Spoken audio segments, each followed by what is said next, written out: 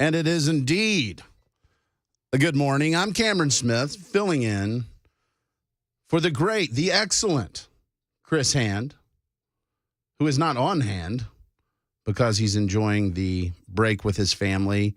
You've heard a lot of different voices on Super Talk over the last week or two. I filled in for Matt Murphy last week, Chris the rest of this week. And I think that's a good thing. It's good for these guys to get a break. I wish you out there in Radio Land understood how difficult it is for the voices that you hear day in and day out to say something moderately interesting for 3 or 4 hours a day. Every day. Every day. My show notes, filling in for Matt, filling in for Chris, are like, well, it's the holidays. not a whole lot is happening. I guess we could go into federal regulatory process and discuss the bureaucratic state. Merry Christmas. Nothing to give you a nap quite like that. So a couple things I want to do to get started here. One, there in studio with me is my wonderful youngest son, Hayden, who I refer to as the little beast. We'll talk to him in the second hour. I got the idea after Kennedy Hand joined Chris last Friday because I started to realize, hearing from the next generation. I was listening to JD before this show, and he was talking about, well, these people believe this, and these young folks all think Osama bin Laden was great, and Hayden was in the car with me, and Hayden said, well, that's weird. And he was right, but we talk a lot about the next generation, and I want to talk to them a little bit. I think that's going to be relevant on a number of fronts. When Hayden joins us in the next hour, we're going to talk about family. We're going to talk about our family and kind of how that works and things that he likes and doesn't like. He's 9, so please be patient with my wonderful son. But we're also going to talk about, as a foster family, how he responds to that stuff. I talk about fostering a lot on the air and how, it's a really critical part of our family, but wanting you to hear feedback from my youngest son who's impacted by this. Like, there's a lot of things that go on, and Hayden he's our social chair, and so he likes to talk, and he had offered to discuss some of these things with us. Mac's going to love this. He also has a great many thoughts about football. There we go. We'll talk about football. We'll talk about the bowl season and his feelings on LSU fans smelling like corn dogs. But also, this is going to sound a little wild to you guys. I'm going to ask Hayden how we make friends because in this day and age, a lot of us talk about other people. But I've seen a dearth of relationships. There's a lack of capacity to make friends. And on the way in from our house, I just said, well, tell me about how you make friends. And he had some thoughts on that I think will be instructive to you guys. Mac Morey is here to make sure that I don't misbehave and get in trouble while Chris is out. I've thought about all kinds of things that I can use to just poke at you guys. But I'm instead going to be nice because it's that weird disorienting time between Christmas and New Year's where, let's be honest, most of you don't know what day it is. I'm totally there. You're not sure what time it is, what's in that eggnog. Can we still drink eggnog? Is it just regular nog? Exactly. It's a miracle I made it here on time. What is happening?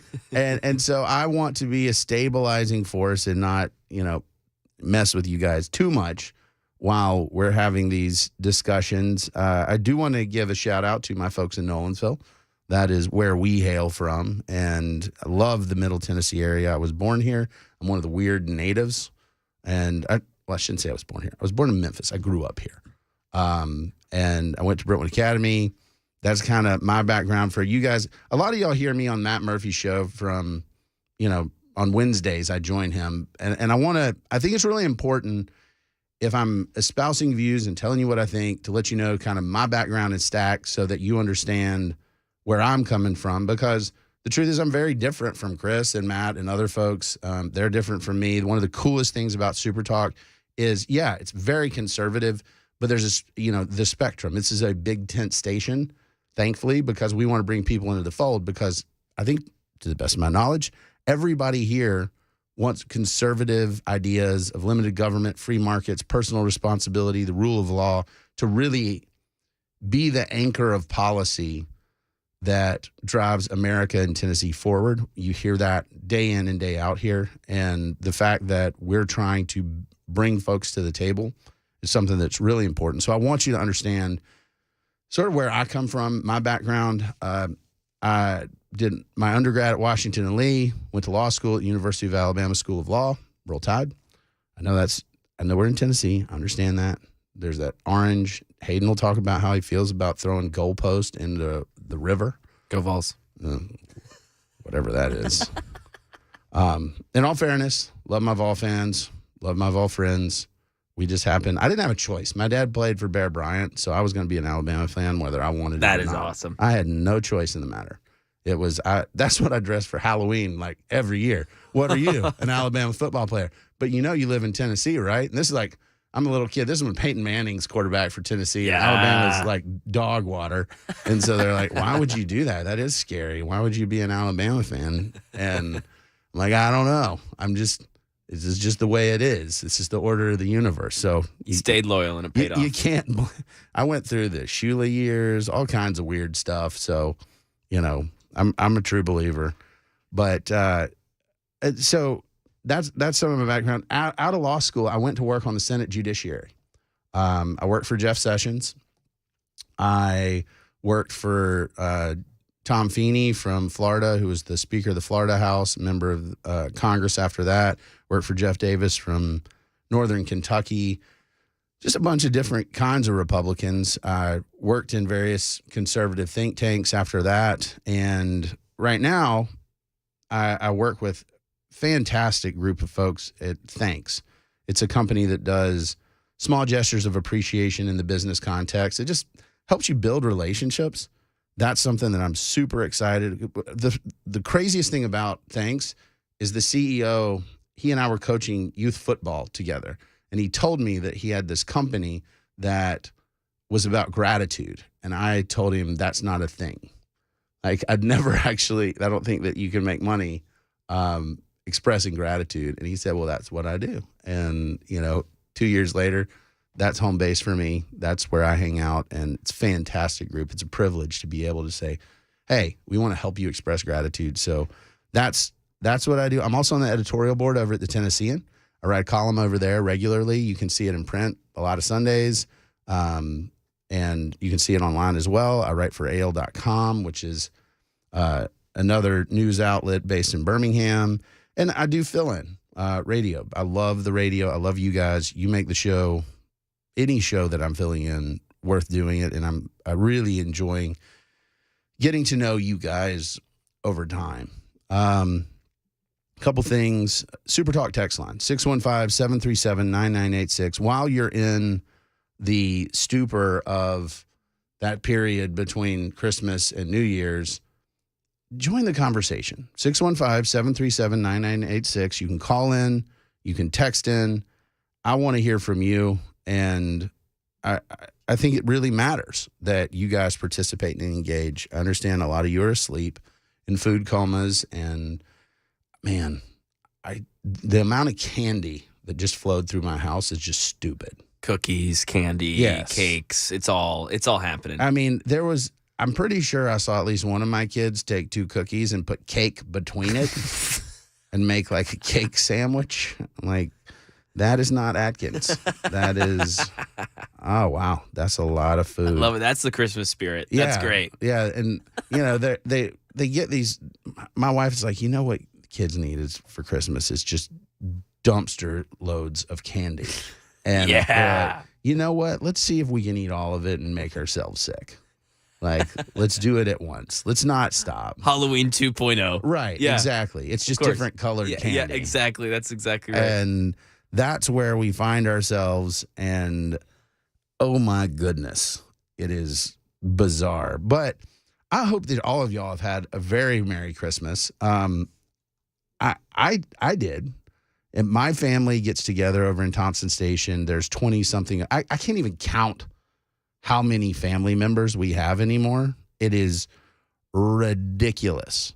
Ridiculous. And it's crazy and it's chaotic, but it's my boys' favorite thing every year is to see their family and eat all the food. It is amazing to just watch their interactions because we see our family a lot. Like we're a big family. That's kind of how we hang out. And we I'm trying to think the prime rib. Look, if there is a Christmas meat that's better than all others, it's the standing rib roast.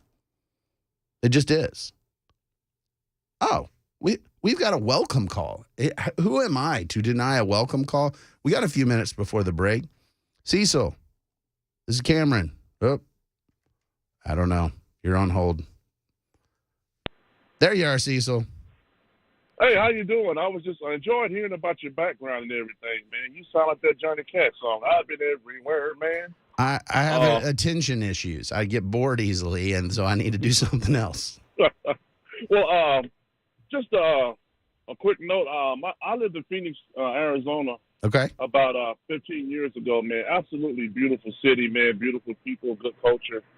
My daughter just went back there for Christmas. She's in nursing school right now, studying to be an RN. Awesome. And she literally called me with tears in her eyes. She said, "Dad, you will not believe." She said, "I've been hearing you talking about what's going on with the border and everything." She said, "But Dad, I could not believe how dirty it is in Phoenix." I said, "Are you serious?" She said, "Yeah." She said, "It is so dirty. And these people are just standing around like zombies." She said, "It's overran with illegals." She said, "If Phoenix looks this bad," she said, "I would hate to see how San Francisco and L.A. looks." Yeah. It is absolutely pathetic, man. She said she can't wait to get back to Tennessee, man. She said it literally, and I was planning on going back out there to visit my ex-in-laws and everything because we still get along, but nah, I'm marking that off my list. She said it's just overran. It's just so overcrowded. It's just so over dirty. And no matter where you go, it smells like urine and feces. Yeah, I mean, this is one of the problems is if you don't uphold the rule of law, bad things happen. And you intend good things. You say, oh, well, we want to help folks. You're not helping people if they're standing around like zombies in the city, right? It's unreal, man. I thank God for Tennessee. I'm glad that we've got people, man, that's in public office, man, that are fiscally responsible. I believe in, the American way, conservatism. Yeah. I believe in the whole 9 yards, and it works, man. Trickle-down economics work. You need to get Biden out of office, and I see now, be honest with you, me being a man of color, I do see a lot of people now they're beginning to look and see what's going on. I just asked a simple question. Is things better now since our current administration's in office than it was when Trump was in office? So Trump is not looking too bad now. They said, well, you're right about that. Yeah, I don't think that there's a good argument at this point. Nobody likes Joe Biden. No, Democrats don't like Joe Biden. And that right there is a huge part of the problem is, if nobody likes the guy, why is he still running for president? I'll tell you why. Why is that? I believe that it's a ploy because I think the way the rules of engagement go, if something happens to him, we're going to have the assistant vice president. She don't even know Monday from Tuesday, and we have Nancy Pelosi. I think the next lunar eclipse that comes in, her face is going to fall off. She's had so many facelifts. And they're going to be in charge. And if you think that we're in trouble, they want him in charge because they want him to croak over where they can take over. I'd like to disagree with you, but yeah, the vice president's next in line, and she just word salad. I mean, there's nothing there. If there's a politician that's worse than Joe Biden, it's her. It's definitely her, man. It's crazy. Well, Cecil, thank you for the call, man. I really appreciate you reaching out, and you be safe out there, okay? All right, thank you. Thank you. Look, guys, if you think that Joe Biden is anybody's real first choice, I mean, come on. Don't. Don't. Just don't. I'm Cameron Smith. You're listening to The Chris Hand Show on SuperDog 99.7.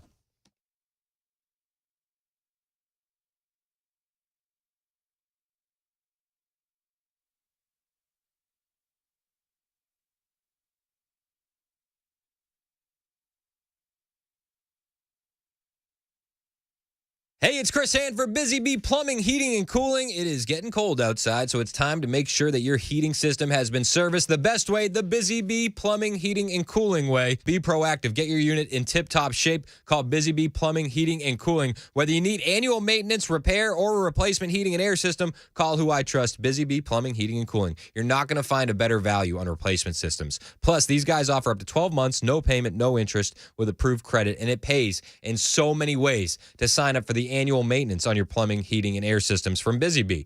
Plus, for added rewards and savings, sign up to be a Beehive member. You get front-of-the-line service in case your heating system goes down so you don't get stuck out in the cold. Remember, they have convenient Saturday availability for those maintenance calls, and you'll never be left out in the cold. Busy Bee, your Rude Pro partner. For satisfaction guaranteed, call Busy Bee Plumbing, Heating, and Cooling. 615-775-7833. That's 615-775-7833 or online, busybeehvac.com.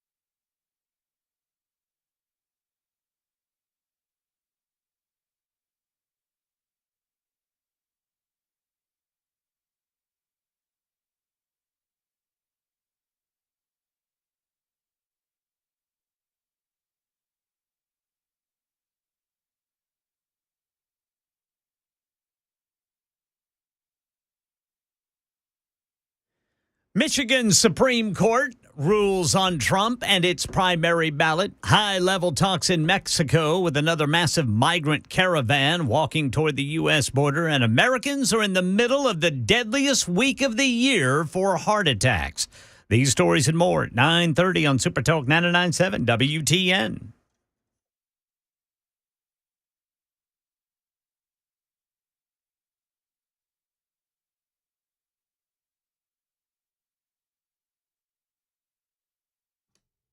Regulators, mount up. Oh, yeah. Welcome back to the Chris Hand Show. I'm Cameron Smith. You're listening to Super Talk, and I appreciate that very much. A couple things from the Super Talk text line I want to hit before we hit the half-hour break. First, in discussing the difficulties of talk radio for hours and hours a day, some of you pointed out, try landscaping for 10 hours a day. Well, I used to own a landscaping company. And let me tell you, I can still taste mulch in my mouth. I used to work on a farm, and I pitched a lot of hay. And I'm still pulling hay out of places that are not. So I decided, I might should be a lawyer or do some other things because this is tough. Let me go read. So I in no way am suggesting that talk radio is somehow more physically laborious than digging trenches and putting down mulch. Pine straw alone is the worst substance known to mankind. You put it down and it sticks you and it's all over the place, and it's like, you know what would make this yard look better? Plant hair. It needs some plant hair. And that's basically what pine straw is. So there you go. And in Middle Tennessee, it's, well, you know, we should probably plant an arborvitae because they grow super well here. And then it's, at the time, we were replacing the boxwoods because boxwoods are terrible.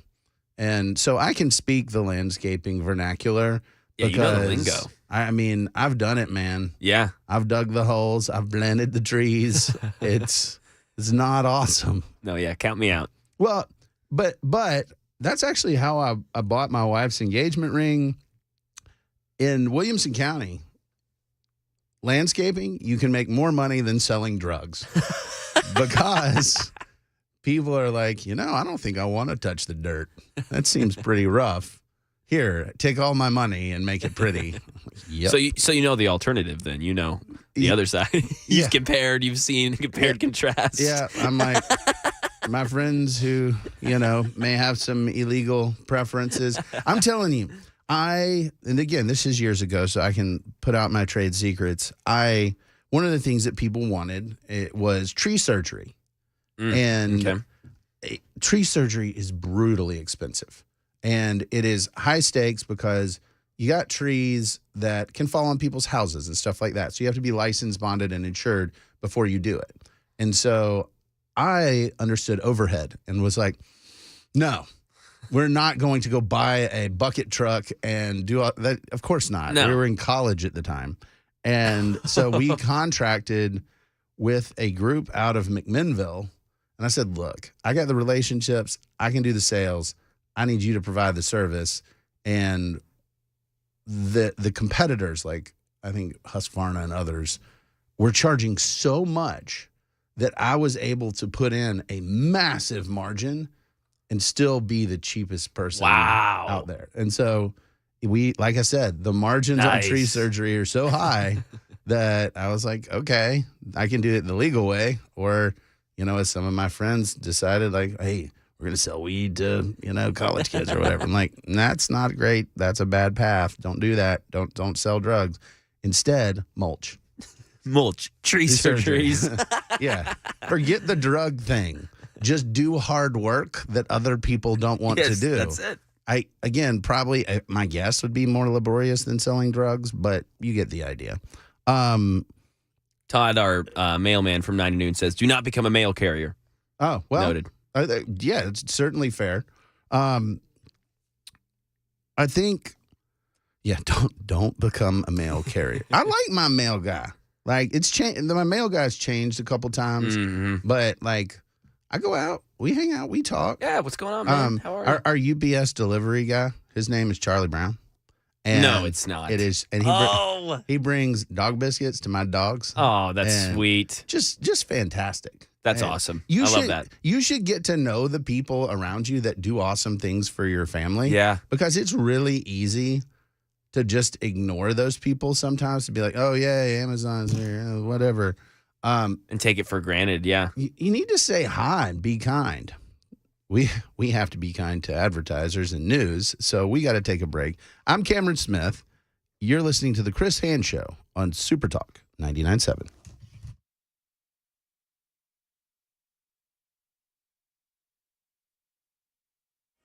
"9:30 on the dot this Wednesday morning. I'm Ken Weaver with your top stories. Got the full forecast in 2 minutes. Tell you about a chance for snow.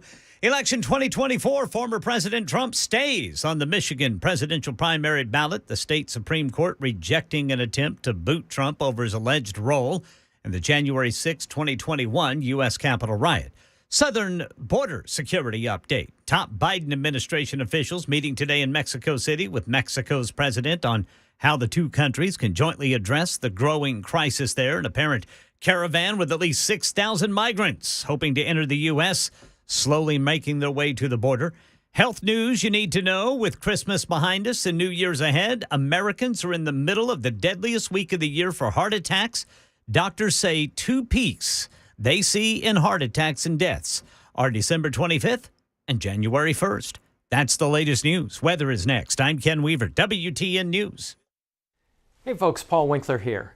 One of the things that we see from time to time, well, way too often, is this. Let's say that you go to a financial advisor and they say, hey, you need to set up an investment portfolio, and what we need to do is we need to have some of your money in stocks or mutual funds or ETFs or something like that, and we need to have something fixed or guaranteed in your investment portfolio that'll protect you against the market downturns. And quite often what they're talking about, they may not use this word, but often what they're talking about is putting your money into some sort of an annuity, like an indexed annuity or something like that, or a fixed annuity. And what they're doing is they're saying, hey, let's put your money in both of these, which sounds really good. And you should. And typically in an investment portfolio, you do want to have fixed investments and stocks as well in the portfolio to protect against inflation. But here's what happens when you manage a portfolio. Let me use a really, really simple example. Let's say I have a portfolio and I got stocks in there. Then I have my fixed income, my bonds in the portfolio as well. And let's say I have half my money in each. When stocks really do well, what we want to do is they're going to be overweighted in my portfolio. I own too much of them because they've done well compared to bonds.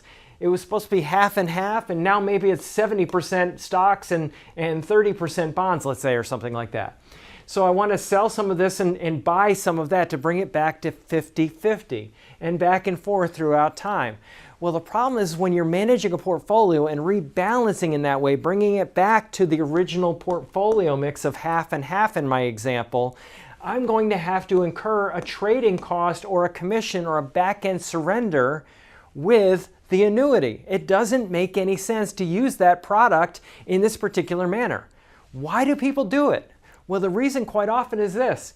Commissions are very high with these products. And a lot of firms, they actually require their advisors to recommend a certain amount of annuities for every person that walks in the door. Now, typically annuities are used for a different purpose. They were actually designed for a totally different purpose. And that was distribution toward the end of life. When somebody looks like they're going to run out of money, they're annuitized. Now, let me tell you something. One study showed there was only like 5% of annuities are ever used in that fashion. Most often they're sold as an accumulation vehicle like this, and they were never really designed for that purpose. If you want to learn more, call us for a free 15-minute phone call or go to our website, paulwinkler.com. The number 615-851-1950 or paulwinkler.com. We don't do anything on commission, and we like to rail against these types of things and help investors do what is in their best interest. paulwinkler.com.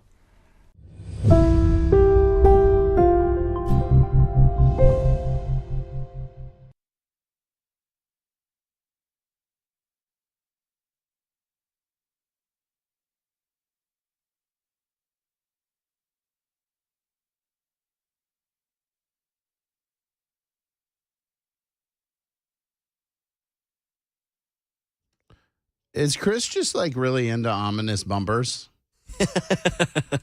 Ooh. Is that?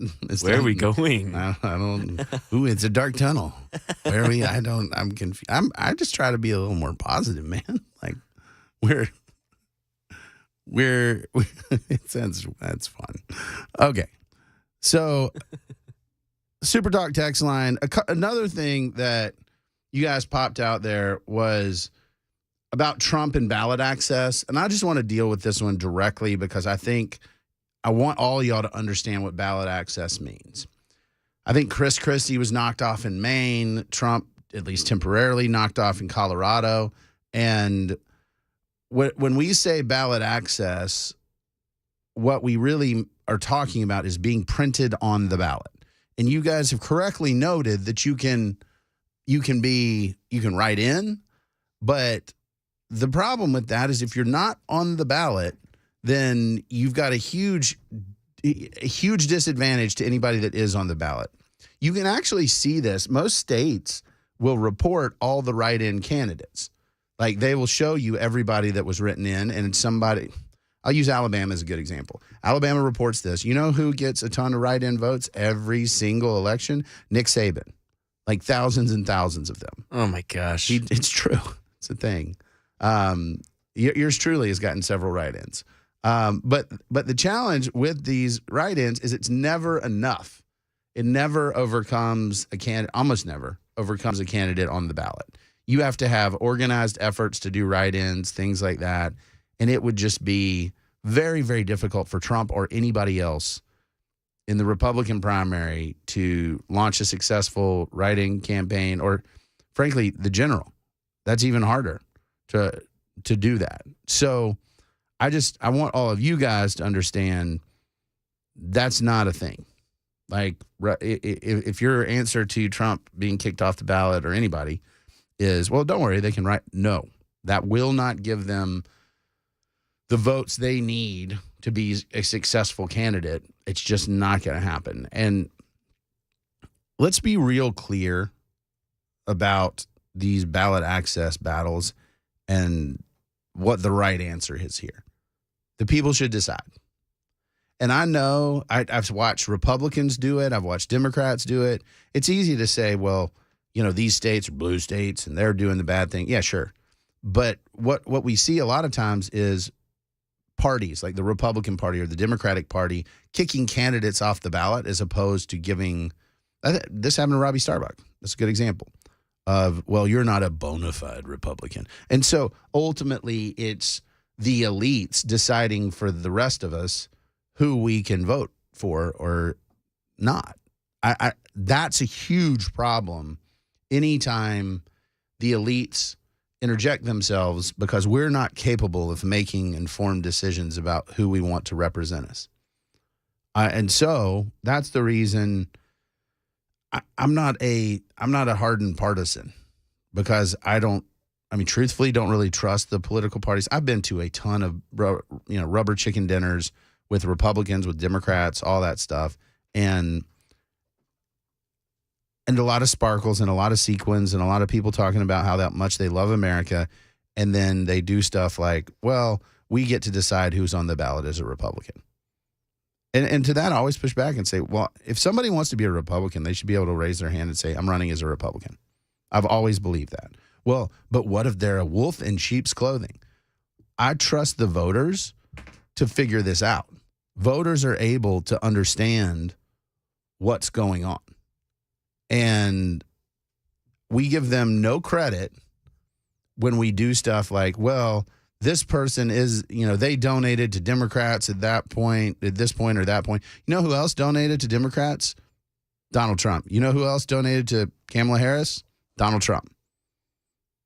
So if we're going to play these weird games about the elites getting to decide who we vote for and who we don't vote for, we need to be consistent. And I don't think anybody listening to the sound of my voice here is saying that Republicans shouldn't have the option to vote for Donald Trump. I mean, you don't have to like the guy, but you absolutely should have the opportunity to vote for him.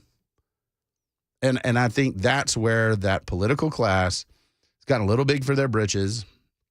And I want to address this on Chris's show because, I'll pick at Chris from time to time about the uniparty. Because to me, when I hear uniparty, I start to hear like conspiratorial language, and it starts to, run down some of these weird rabbit holes where I'm just like, I don't think that's true. And I take it on the chin for that because I've been around a lot of conspiracy folks who think, well, I've figured this out. I know it. I know something you don't know. And they play these weird games. I've been in the belly of the beast.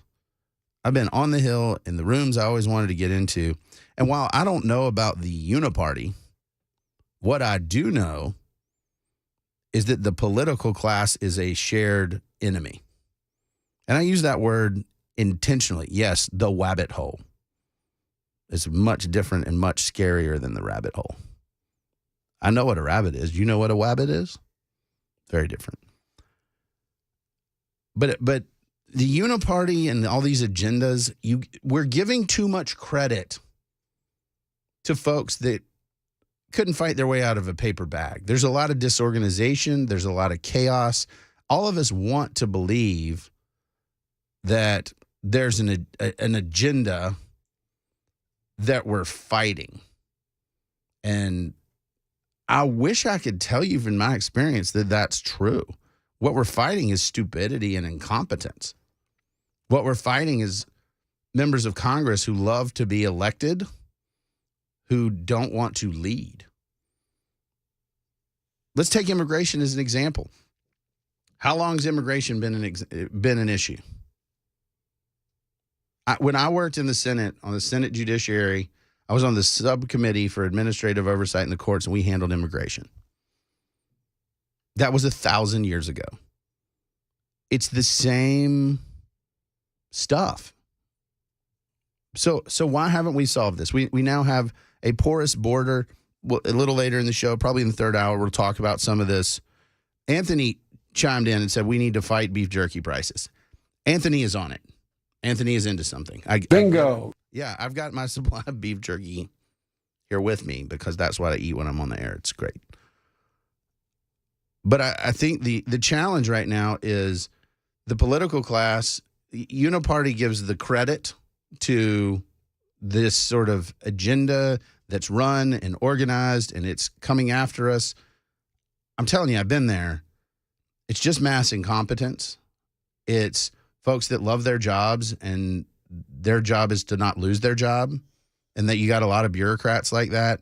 I mean, the idea that, and we were talking about immigration, I've seen firsthand that this is not an insolvable problem. It's Congress's job to say, there's millions of people flooding across the border every year now.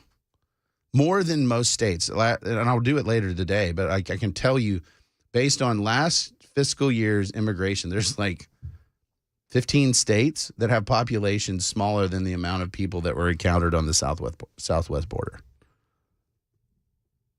And so for me, those things are what needs to be highlighted and solvable. Like the idea that there is a coherent, organized plan. I've been in Washington in the leadership rooms. I'll give you a good example. I was it's called the ELK, the Elected Leadership Committee or whatever. It's your speaker and the sort of folks around the speaker. The elk. The elk. Fancy. Yeah, it's very hoity-toity. Like elitist, we get to be in the special room. And so I'm a fly on the wall in this room. That's cool. I'm a nobody. But I'm sitting back there, and these are folks, and at the time it was led by Kevin McCarthy. And the conversation was about how do we brand Democrats as socialists on social media. And I'm like, guys, like we got a million problems. Like we got immigration, we've got a regulatory state run amok, we've got some weirdo climate-y things that Republicans need an answer for. We've got judges, we've got confirmation, we got all kinds of stuff going on. And you guys, who are first of all old and bad at social media, are sitting in a room trying to be like, how do we do this thing with the inner tubes? How do we, we're going to brand them and somehow, I'm like, you could just do like #socialist. Like, it's not hard. Yeah, conversation done. Next topic. We paid someone many, many of the dollars to tell us that this actually is important and it moves the needle.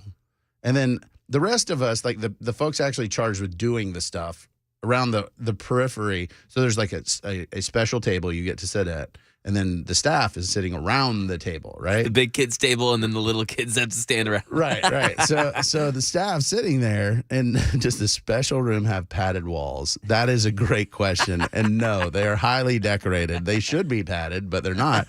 But this is what I saw. And then all of us are like, all the staff, and what's even better is we had special titles too. We were considered very senior staff. Oh. Which means you're super double special.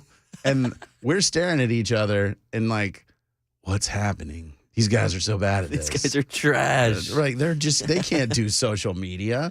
And they're like trying to figure it out. And this was like a whole meeting dedicated to this. Wow. And it was just clear to me in that moment. Like I vividly remember it because it was that moment that I'm like, Calvary's not coming.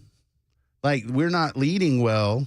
No. Because we're not even really focused on the problem. It's just we're focused on the political opposition because we want to stay in power.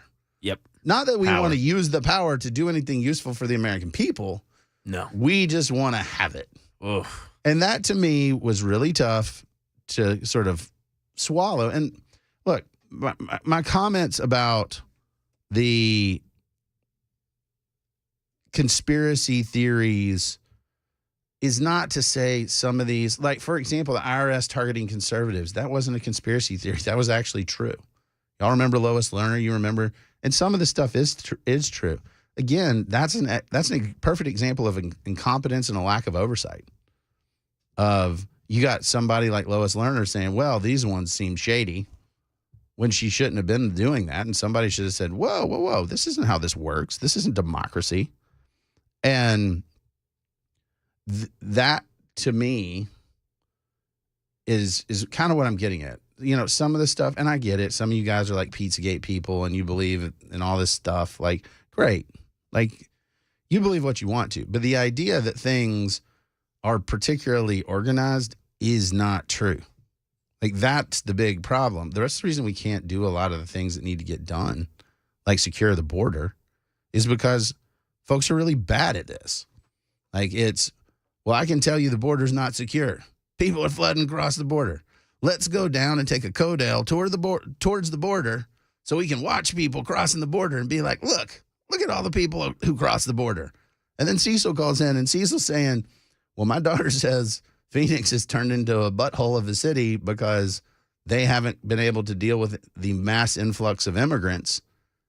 Well, everybody's describing the problem. Nobody's doing anything about it. And it's Congress's job to be like, no, here's how we're going to do it. Here's how we're going to secure the border. And it's border wall. Some of the areas that the terrain is not conducive to building border wall, we have surveillance. We have other techniques. And then when we apprehend people at the border, you know what's not a great idea? It's to just release them into the interior and be like, we trust you. Come on back whenever your hearing is. Because you're going to get a lot of no-shows. And then tracking them down is incredibly expensive. And I think we just need to have a better game plan in terms of, okay, what are we going to do? And nobody wants to hear it. It's super complicated because some people come from countries that we have no repatriation agreement with. So we don't really have a way. You can't just fly a plane over countries and just drop people out of it. Like, it sounds interesting. It's just not real. And so immigration is really complicated. And what we try to do is observe the phenomena that's terrible and breaking everything. 9033 on the Super Talk text line said it has a great point that I think is really important. Everything in politics is theater. Okay, 95%, I agree with you. It's designed to keep you divided and confused.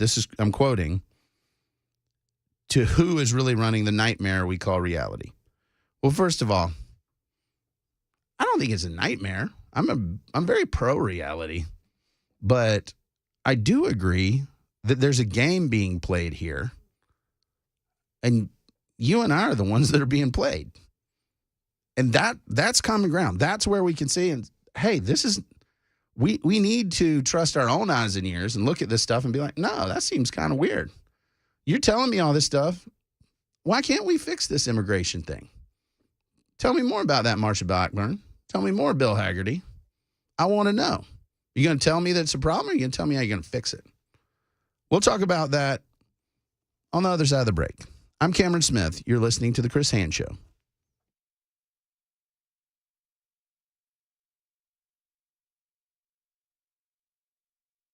For many of us, generators are becoming a must-have household appliance. I wanted to touch on the history of Tethered and kind of how it came about. There was a handful of us that were already using similar equipment. At the time, however, you couldn't just go to the store and buy saddle equipment. It just didn't exist. And selfishly, we just were making gear that nobody else would make for us and that we wanted ourselves. And our goal was just to make enough to break even. Fortunately for everybody involved, it took off. It's got an appeal. People really liked it. When you think of a saddle, that's what I think of. That's the first name that I think of when I hear about a saddle. For me, the reason I got into it was I'm hunting public land, and most of the time I'm going pretty deep. Being lightweight and mobile was huge. I walk in with a pack and my bow. That's it. The more I did it, I was like, man, there's so many features here that are helping me improve as a hunter, where I can take different shot angles and stuff. And I'm going to tell you, I feel safe with this rope all the time. Yeah. From the ground up, I'm hooked in. If I fall off this thing, I'm just going to swing a little bit. And I think the learning curve is small. It's just about getting comfortable with your equipment. It's the biggest thing. And for me, it's repetition and then fine-tuning that to meet my needs. And that's the cool thing. What I like and what might meet my needs might be a little different from you. And even though we're doing the same thing, you can tweak it to meet your needs. And I really like that aspect about it. But we've done a really good job of just innovating and creating products that don't exist. You're seeing the growth of the sport, you're seeing the innovation, and you're seeing all of these cool things that we make, and it's because we actually use it.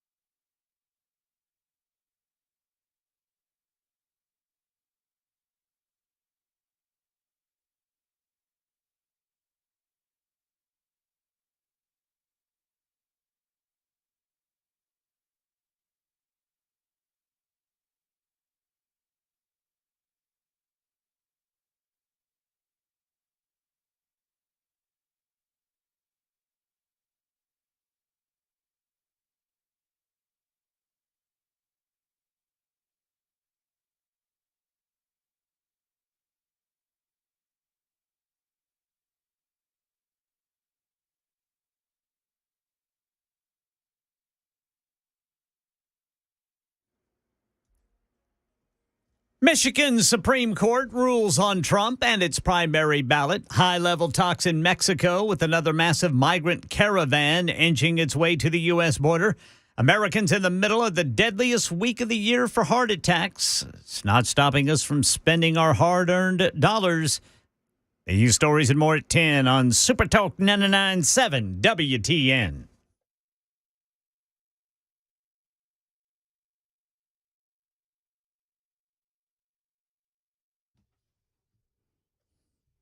I'm feeling this a little more. Yeah, I can see you vibing to this. That's good. It's a good one. That's good. I'm Cameron Smith. Welcome back to the Chris Hand Show. We've got a treat for you in the next hour. My 9-year-old son, Hayden, affectionately known as the Little Beast, is going to join us. We're going to talk about faith. We're going to talk about family, fostering, friendship, all kinds of things. It's going to be awesome. It's going to be fire. And you should listen. You should chime in. Hayden is fantastic at answering questions. And I think it is important that as much as we're going to talk about the future, we should probably speak with the future. And I get it. A lot of folks are like, well, you know, he's 9 later this week. And while I'm filling in for Chris, I'm also going to bring in my 14-year-old talk Love about it. what's facing teenagers. Great. Cam is very nervous about that, but the Beast, the original, has some good stuff to say. He sees life with a lot of clarity. He's got a good heart, and I think we need to listen and understand from these folks what's going on, what are some of the challenges they face, and take it seriously. Because we can talk about kids and we can lecture kids and we can say, well, you're not doing this and that. Well, great. But we need to talk with them and see, well, what's it like? Because I'm telling you, in talking to my dad in his generation versus what my kids are facing, it's like a different planet. Yeah. I mean, it used to be like your school was your community and your church was your community and that was it. Those were your buddies. Because of the internet, I mean, your community and who you talk to and who you talk, it's all over the place. And it's really disorienting for a lot of folks. And we're going to talk about some of that. I want to get to the point of kind of wrap up some of the things I was talking about. You are being played. The political class wants to keep you afraid because when you're afraid, you do one of three things. You fight, you run, or you freeze. That's a common ground that I do have with Chris Hand. Is you can call it the uniparty, you can call it the political class as I do, but there is a common theme there. And that common theme is I need you to be afraid so you're dumb. When you're afraid, you give up your capacity to make good choices. And you just surrender your power to them and say, save me. It's like, Star Wars, save us, Obi-Wan. You're our only hope. That's what every politician wants. They want you coming to them with hat in hand saying, please, sir, may I have some more?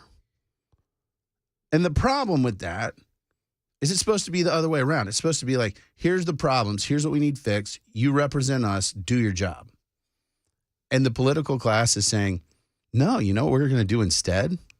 Is we're just going to repeat to you what you say to us and act outraged. The bureaucratic state is coming after us. Man, they're these career politicians or career bureaucrats who are there. Yeah, well, what are you going to do about it? There's a piece of legislation called the REINS Act that would make Congress accountable for the major rules that we all have to deal with. It's passed the House several times. Why don't we force the issue in the Senate? And say, explain to us why the regulatory state's not accountable. That's actually governing. That's doing something. Simply telling me what the problem is not governing. And you need to know that that's how they play you. They keep you scared. That makes you stupid. And when you do that, they're empowered. Power to the people, man. Like, the people need to tell the political class who's boss. You need to tell the political class who's boss. And you do that by saying, I'm not afraid. I just think you're bad at your job. And being honest about it to the people that represent you. Not to just the Nancy Pelosi's of the world, but to the folks right here who you vote for. Hold them accountable. Don't let them wiggle. We're coming back for the second hour. We've got the little beast on the hook. Y'all come back. You're listening to the Chris Hand Show on Superdog 99.7.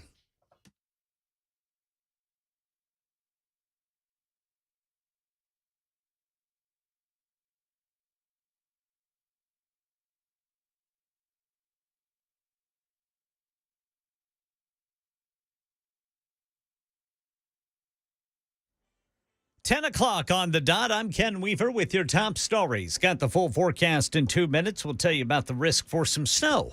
Election 2024, former President Trump stays on the Michigan presidential primary ballot. State Supreme Court today rejecting an attempt to give Trump the boot over his alleged role in the January 6, 2021 U.S. Capitol riot. Southern border security update. Top Biden administration officials meeting today in Mexico City with Mexico's president on how the two countries can jointly address the growing crisis. An apparent caravan of an estimated 6,000 migrants now making their way to the U.S. border. Norve Diaz from Colombia is traveling with his children, saying he's fighting for the well-being of his family. White House officials blaming volatility in Central and South American countries, but Republicans blasting the president. Jay O'Brien reporting. Holiday sales solid despite lingering effects of inflation. New numbers showing Americans spent more this year. Overall, consumer spending grew by 3.1% compared to the same time last year. But what were we actually buying? Well, it wasn't the fancy pair of earrings or new TVs. Jewelry and electronic purchases actually shrunk. Instead, shoppers went big on clothing, food, gathering around the table. Spending at restaurants jumped up nearly 8%. And some health news you need to know. Jim Ryan says with Christmas behind us and New Year's ahead, Americans are in the middle of the deadliest week of the year for heart attacks. It sounds almost like an urban legend, but two peaks that we see in heart attacks and deaths are December 25th and January 1st. Says cardiologist Dr. Wahaj Aman. Stress, overindulging in food and drink, even cold weather contribute to the risk. Best advice, he says, is to get some exercise. That doesn't mean suddenly becoming a gym rat. I think it starts with, I'm going to start moving a little bit more. A healthy and achievable New Year's resolution. Yeah, that's the latest news. Weather is next. I'm Ken Weaver, WTN News.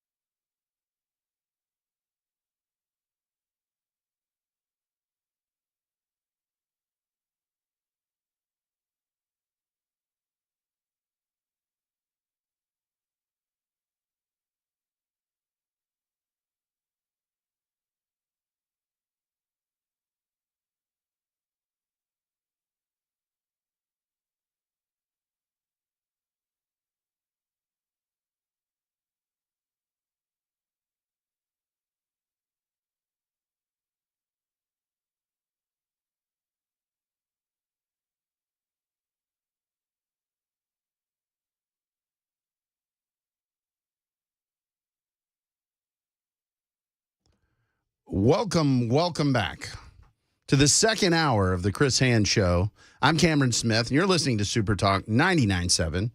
Thank you for being here. The Super Talk text line, 615-737-9986. That's 615-737-9986. I got a treat for you guys right now. My 9-year-old son, Hayden, has joined me today. He's been listening for the past hour to kind of see how it goes. And I want to talk through a number of different issues so you can get a little different perspective. Hayden's 9. He knows a great many things. He's the social chair of our family. Loves beef jerky, too. Nice. I'm serious. This is one of my Christmas gifts. I'm not paid by Righteous Felon, but fantastic beef jerky. I think Righteous you can get it, Felon. Okay. Yeah, over at Tractor Supply or wherever. I make fantastic beef jerky. My brown sugar coffee is my favorite. Ooh. I'm going to go make some. I got to go by Costco. Costco's kind of like a war zone this time of year. Oh, my gosh, so yeah. I need to go get some, and I will make some, and I'll have to bring it in. Yes, but please. Hayden, you're live now on the radio talking to all the folks in Nashville. How you doing, man? I'm doing good. Is that the common boy answer is good? Yeah. That's about it. Yes. Yes, sir. Oh, okay. Okay, so a couple things that we want to talk about on the air. Talk to me a little bit about, our family Christmas. What's your favorite part of Christmas? Ooh, probably the cookies and opening my presents. Cookies and presents. Love it. Who makes the best cookies? And Chelsea. Aunt Chelsea. That's true. My sister, she It's a big honor. Oh yeah, she is so good. She has a great. What kind are we talking here? What are your favorite kind that she makes? She makes like these cream cheese cookies, and they're just so good, Ooh. and fluffy. They are fluffy, man, and they make you fluffy too. I mean, it is so true. So Hayden, the real reason I brought you on is because the folks listening, we talk a lot about the future, right? Well, guess what? You're the future. And so we talk about you, sort of like when we were listening and J.D. Hayworth was talking about, and you heard him on the radio saying that people think Osama bin Laden's ideology is great and heroic. What do you think about all that stuff? It's just not right. He crashed an airplane into 2 massive towers and killed a bunch of people. Yeah. So the idea that we would think that guy, the ideas that led that guy to do that were good, that's kind of nuts, right? Yes, sir. Yeah. So not every person who's going to be part of the future is insane, including my son. Tell me a little bit about our family. Like what is it like living in our house? Good, bad, ugly? You can't say good. You got to say something more than that, because I know you're a boy and you'll do that. What's your favorite part about our family? Like, it's pretty consistent of what we do, and it's my favorite. You're fine. What's your favorite part? My favorite part about family is probably like my brothers. They're always there for me, and like I can like trust them with stuff, and like they're pretty. We're a pack, right? Yeah. So now I've heard you say, and Mac, this is important. I've heard you say your brothers can be somewhat annoying. Is this true? Very much so. So what? I have brothers. I get that. Yeah. So what do you do about that when your brothers annoy you?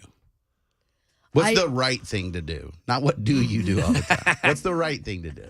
The right thing to do is like isolate yourself from them, so like you don't like rage out and start attacking them. Yeah, the rage out attack. Yeah, rage out attack is easy way to go. But that's good. So just take a second, take a breath, calm down. Yeah. So one of the things that is a little bit unique about our family is we're a therapeutic foster family. Y'all who've heard me on the air before have heard me talk about this. Mm-hmm. It's easy for me as an adult to talk about what it is, but there's impacts. And one of the things that I wanted Hayden to talk about is tell us a little bit about the fostering that we do. What is that to you? Like what are the changes you've observed in our family? What is your favorite part about helping folks have a place? Let's answer that first. What's your favorite part? Probably that, like, you know that you're helping them in life, and it's also pretty fun to have another person that's not your biological brothers in the house. And why is that? Because your biological brothers can get kind of annoying sometimes, so you need some change. Yeah, you need a little extra something from time to time. I love that. Okay, so talk about you had mentioned, like, there's something that you've learned from having different brothers in the house. And just so you guys know, Hayden and his brothers have had, over the last year, 5 different brothers live with us that weren't related to us biologically. So what is something, I know you hadn't counted, but I'm telling you. Okay. What are some of the things you've learned from the other kids that have been in our house? Like that, their backgrounds, like they try to like be good people, but it's kind of hard with their backgrounds. What do you mean by that? Tell me about that a little bit more. Their backgrounds are really good, and like they have drama from it, but they're trying to be helpful and good and like loving and stuff. Well, and you use an important word there, trauma. Like, what have you learned about trauma that's helped you with your own challenges? Like what when you get angry, what have you learned to do? I've learned to like go in my bedroom and try to isolate myself and like not like interact with them because why do we makes do that? me mad. Because it makes me mad if like they're annoying me, and it makes me mad. So I need to isolate myself so it doesn't get like physical. What does it do? What does that help you do? Does it help you calm down? Yeah, it helps me calm down. Like when I'm listening to like music or something in my bed. Or something like that. And when you calm down, and they calm down, do you have a better interaction or a worse one? A better interaction. Yeah. So, and that's one of the big things for our family that we've learned with fostering is they do what training. It's called trauma-informed parenting, right? And it helps you learn about the impacts of trauma on kids and frankly on yourself and how to address that. And I'm the first person out there that will tell you a lot of the state stuff that we see is kind of garbage, right? It's a lot of fluffy language. The trauma-informed parenting stuff isn't, because it helps you kind of understand what's going on. And it actually applies a lot to politics that, when you're really angry, I just said it in the last hour, if you're angry, your brain doesn't work right. Your amygdala takes over. It's a certain part of your brain. You want rational thought, that's prefrontal cortex. That's kind of the front of your noggin. And when you're upset, your amygdala takes over and it's fight, flight, freeze. It's not real like refined thinking. And so the political class likes to leverage that because they're like, you'll just trust us and do what we say because you're freaking out. Well, in a home, same deal, right? When you're really, really mad, you can't make good decisions. You can't process well. So you need to chill out and then come back to the table and have the conversations. So we talked about some of the good things. What are the biggest challenges as a 9-year-old having our family be a foster family? Probably, like, because of the drama, they have a bunch of stuff that triggers them and makes them mad, so you have to be really careful about what you say. Yeah, and tell me more about that. Like, so you understand there's different things that can kind of set folks off based on their past. How do you know how to do that? How do you love them well? Like, be very careful of what you say and, like, try to be very helpful and, like, listen to them when they say, like, I'm kind of getting annoyed and, like, go away and stuff. So when one of your bio brothers says he's getting annoyed, what does that usually mean? Go away. Right. But it's a little bit different, right? Because you grew up with that brother, so you kind of know the stuff that's happened to him, right? So it's a little bit easier to engage. Whereas a new brother, you don't know, right? Yeah, you don't know what's going to happen, so you just try to do what he's, like, you try to isolate yourself. But would you say, and again, it's always dangerous asking 9-year-old questions that you haven't already established the answers to. My wife is certainly freaking out. But, all in all, do you think that you've learned and grown from the foster experience, or do you think it's been just rough? It's been rough some of the times, but I've definitely learned and grown. Like he's, like, taught me how to, like, ride my bike better, like, keep balance on it. Like, nice. Yeah. That's great. So you're saying that your brother, that's the most recent one that's living with us, you've learned stuff from him. Yeah. Yeah. And so I think what we're finding here, and again, I want you guys to hear this conversation because this is honest. This is real. I have not told Hayden, have I told you what to say about your brother? No, you ask me questions in the car and I answer it. Yes. And that to me is important, that this is how he genuinely feels. And engaging, fostering, supporting others is really important. I want to start the conversation about friends. Hayden may be one of the best people I know at making friends. Nice. That's a skill. Yeah. So seriously, a lot of you guys out there, including myself, need to listen to this part because it's really important, because that's one of the things that we've lost is the ability to form healthy, meaningful relationships with actual people outside of the internet. Yep. Now, Hayden, how do you make a friend?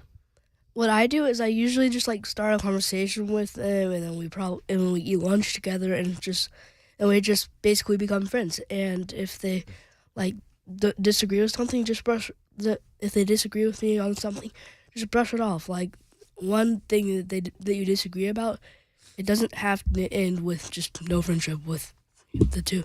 I want you guys to understand what he just said, that just because you disagree with somebody on something doesn't mean you have to end the relationship with them. That's great. We've forgotten that.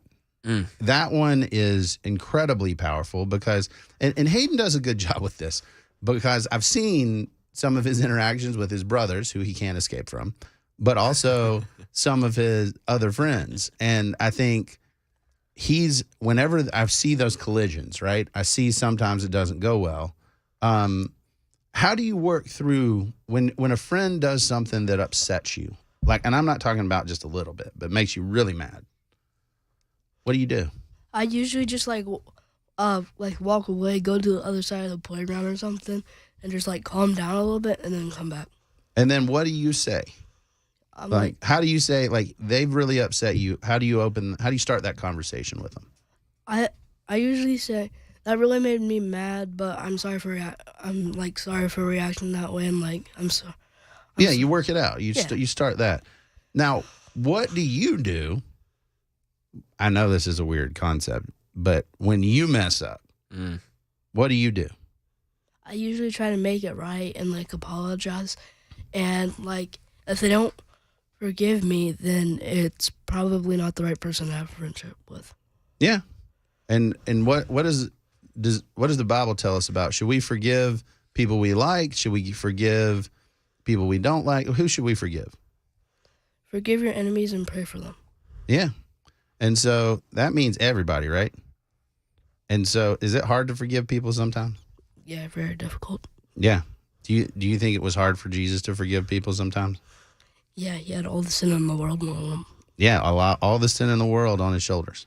It's a big deal. And how do you keep a friend? Like, how do you do that? Like, you have to engage them, like start conversations and like actually like have conversations and like talk to them and like actually interact with them instead of just having one conversation and then just never talk to them again. Yeah. Yeah, and you mentioned it earlier, Hayden, about listening. You seem like a good listener too, because that's important in making friends, right? Yeah. Yeah. So I told you I wouldn't ask about girls, so I'm not going to ask about girls. Yeah, I told you that. I didn't say anything though. I made no promises. So do you and you do this really well. A lot of little boys won't talk to little girls. Is that fair? Yeah. Do you have problems talking to girls? No, actually, like 75% of my friends are girls, and I have like a couple friends that are boys. Why is that? Because most of the boys nowadays, I'm not trying to target anybody, but they just like play on their iPad, and all they do is talk about video games. So I have like one or two boys that don't do that, and they actually like talk about sports and stuff. And girls, they don't really play video games. They're just like, they actually want to engage you in conversations too. So Truth. And that is another important thing. We're going to continue this conversation because I think it's important for you guys to hear some of this stuff, to know what's going on. I'm Cameron Smith. You're listening to the Chris Hand Show, and this is Super Talk 99.7. that was very stressful.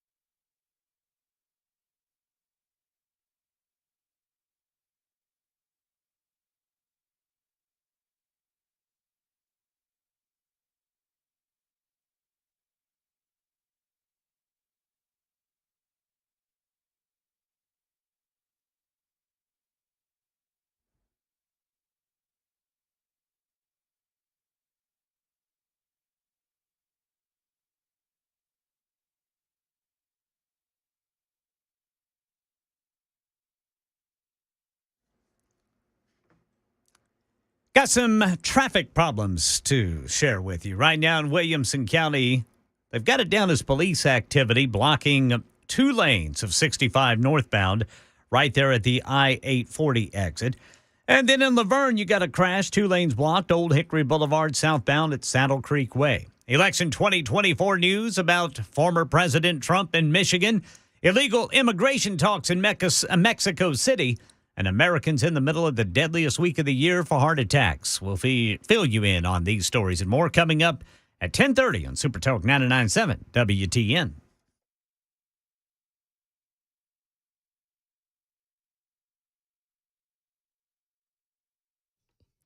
Don't fear the reaper,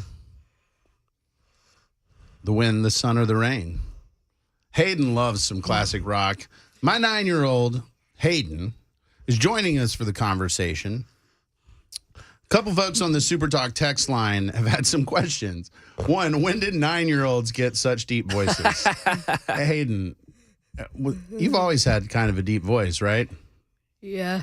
Well, yes, sir. When Hayden hits puberty, only certain dogs will be able to hear him. So we're trying to get the conversations out of the way now. Yes. What Hayden is good at the football.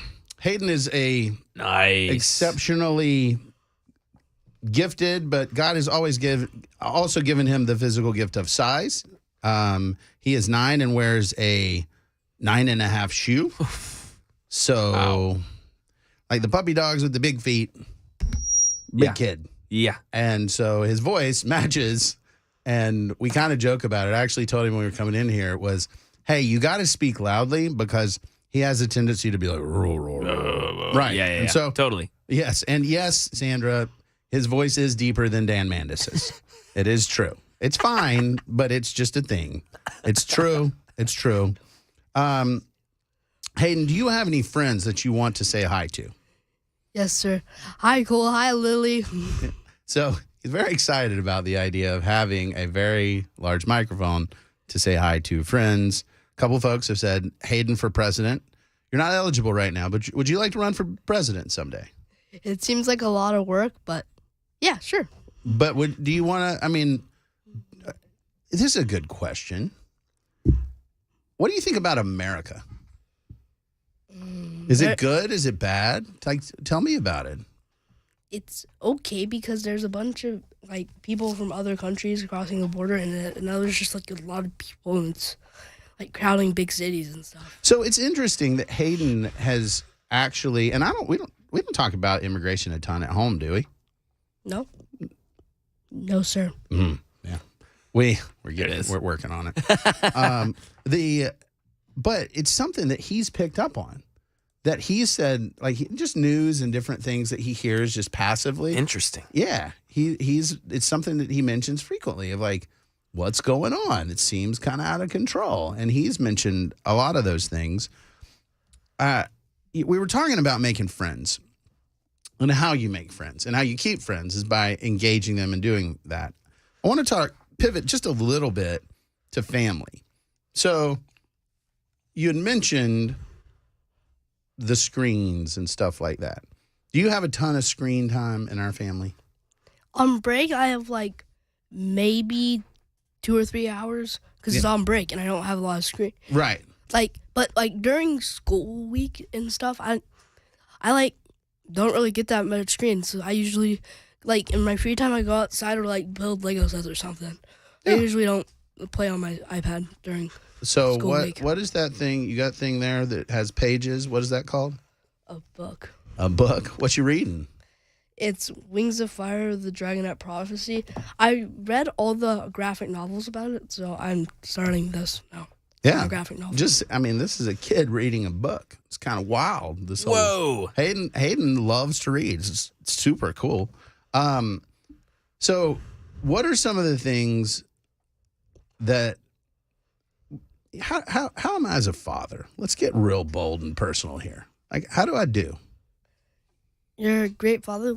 You teach me how to stuff you taught me how to do a bunch of yard work, and you're teaching me how to be a great leader in life because there needs to be leaders And if there's no leaders, then there's chaos. Yeah. Yeah. Amen. So what do we do at nights around the dinner table? What's that thing we do with the book that We read the Bible. Some nights we like, it's like really late at night, so we don't read it. And we're like pretty close to finishing the Bible. We have like. So when you say finish it, what do you mean by that? Like have we read it like quietly to ourselves, done quiet, or do we read it out loud? Yeah. My dad and my mom read it out loud, and then if we ask, we can read the Bible. But we can read the Bible to like the whole family around the dinner table. Why do we do that? Because it's important if you believe in God to actually read the Bible and not just say you're a Christian, but actually like engage with God by reading the Bible and praying. I think that's fair. Why do you think it's hard for people to read the Bible? Because like they want to say they're a Christian, but like they don't actually want to do the stuff that makes you a Christian. Well, it doesn't make you like. So the Bible talks about that. They want the form of religion, but they deny its power. It's kind of going through the motions, right? Yeah. So, what's of what we've read in the Bible so far? What's your favorite part? Favorite story? What do you think? Probably David and Goliath. Man, everybody loves David and Goliath. It's like David shot a rock at a big guy's forehead and he fell over. Like. What did he do after that? I think he cut off his head. Yeah. Yeah. What did he use to cut off his head? I think his own sword. Yeah. That was pretty intense. Yeah. Yeah, that's one of the hazards of reading the Bible out loud is it gets a little wild. Yeah, it's pretty crazy. Yeah. With the last couple books of the Bible, there's been a lot of weird stuff. Yeah, that's true. I mean, we talk about the weird stuff too, don't we? Yeah, and it's pretty hard not to like crack up. Like me and my brothers, we're like trying to hold in laughing. We're just yes, we are working. And my dad gives me the death stare when I like start giggling. He's like, come on. Yep. The folks online that can see that stare. Yep, that's the one. It's like, can we respect God's word? Remember that one. And then he's like, go stand in the corner. Yep. Yeah. Little timeout. I literally had to do that like 2 nights ago. I had to stand in the corner because I started like laughing a lot during reading the Bible, so I had to stand in the corner. Yeah, Parent of the Year award here. Yeah, nice. We're crushing it. So we also have some interesting conventions at the Smith household. Before we take a break, Hayden, if you say you're bored in my house, what happens? We clean toilets, or when I say bored and my brothers hear it, I usually have to like give them something or do like a favor for them not to for them not to tell say that you for them not to tell mom or dad that I said I'm bored, so I don't have to clean all the toilets in the house. Oh my gosh! And we have 6 toilets in the house that everyone uses, and it's so horrible having to clean all of them. Yeah. So don't get bored in my house. Yeah. And don't say it in front of your brothers, or you may have to have a hush money payment. That's exactly. Again, I wanted to let you guys know how vulnerable I feel here. We've got to do news. So while I'm sort of licking my parental wounds, we'll continue this conversation on the other side of news. I'm Cameron Smith. This is the Chris Hands Show. You're listening to Super Talk 99.7.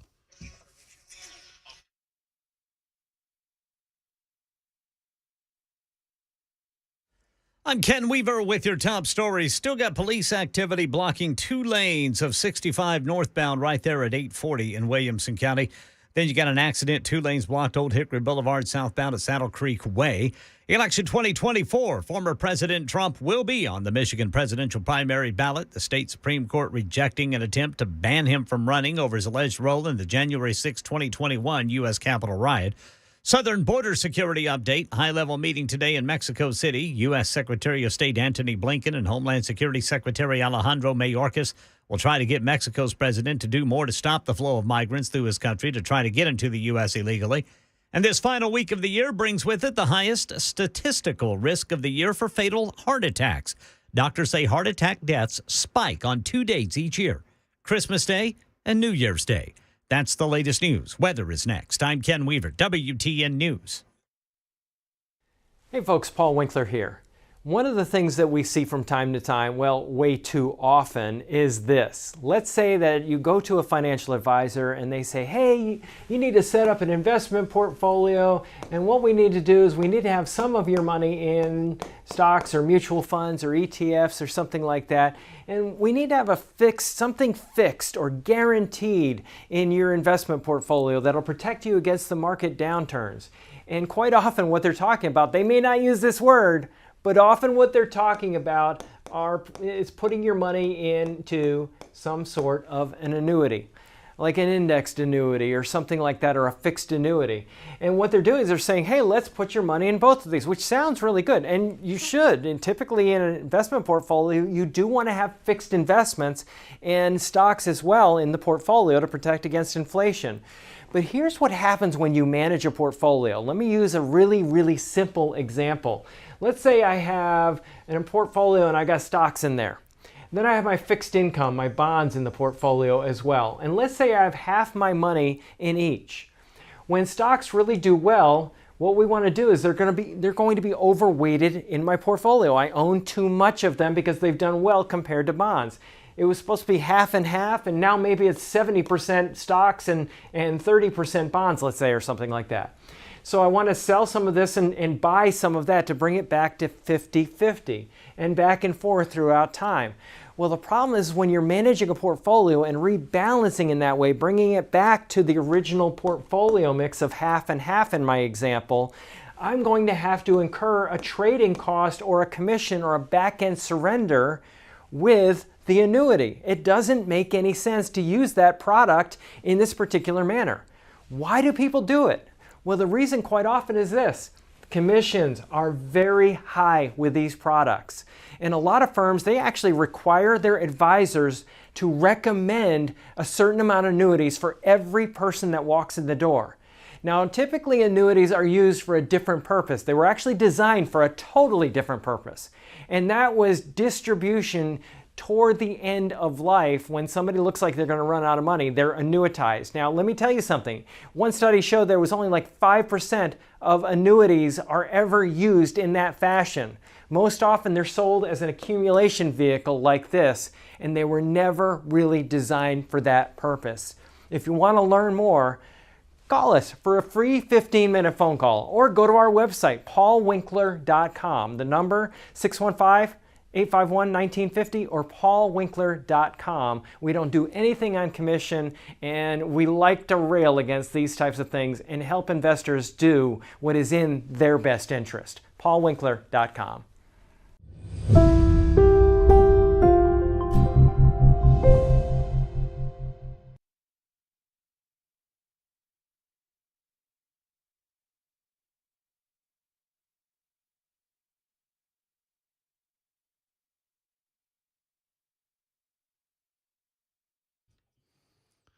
Cowboy, baby.